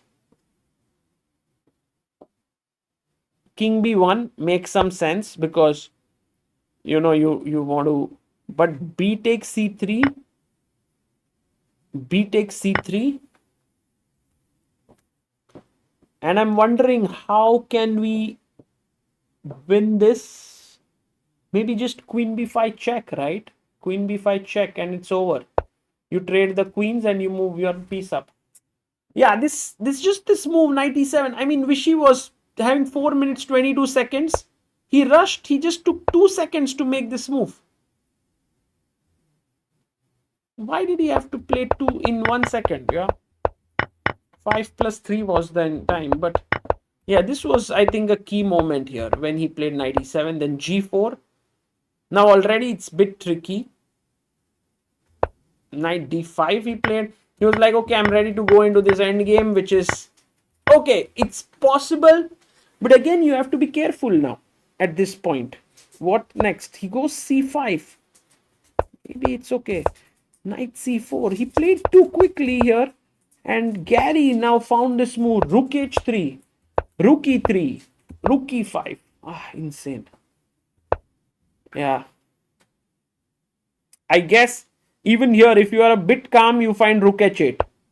Because after rook e3, you can bring your king in and defend this. But rook d7 takes away that square as well. And then rook e5. And now this cannot be defended, so you have to push c4. That was all that he needed. Yeah. Okay, guys, that ends the day. Vishy Anand on 1.5, Garry on 2.5. The two rapid games ended in draws. The Blitz game number 1 ended in a win for Garry, and the game number 2 ended in a draw with a completely winning position for Vishy. So tomorrow, remember, it's clutch chess, so the points are doubled. So we'll see how things pan out. For now, this is Sagar Shah signing off from the St. Louis Chess Club. Guys, do follow all the coverage. This is an incredible place. We'll be bringing you more stuff from the venue. And if you are in and around USA, please do visit. It's, I think, the chess capital of the country, but also something truly unique in the world of chess. I haven't seen something so beautiful in my years of traveling and coverage. Just incredible what chess scene they have created here. Take care, guys. See you.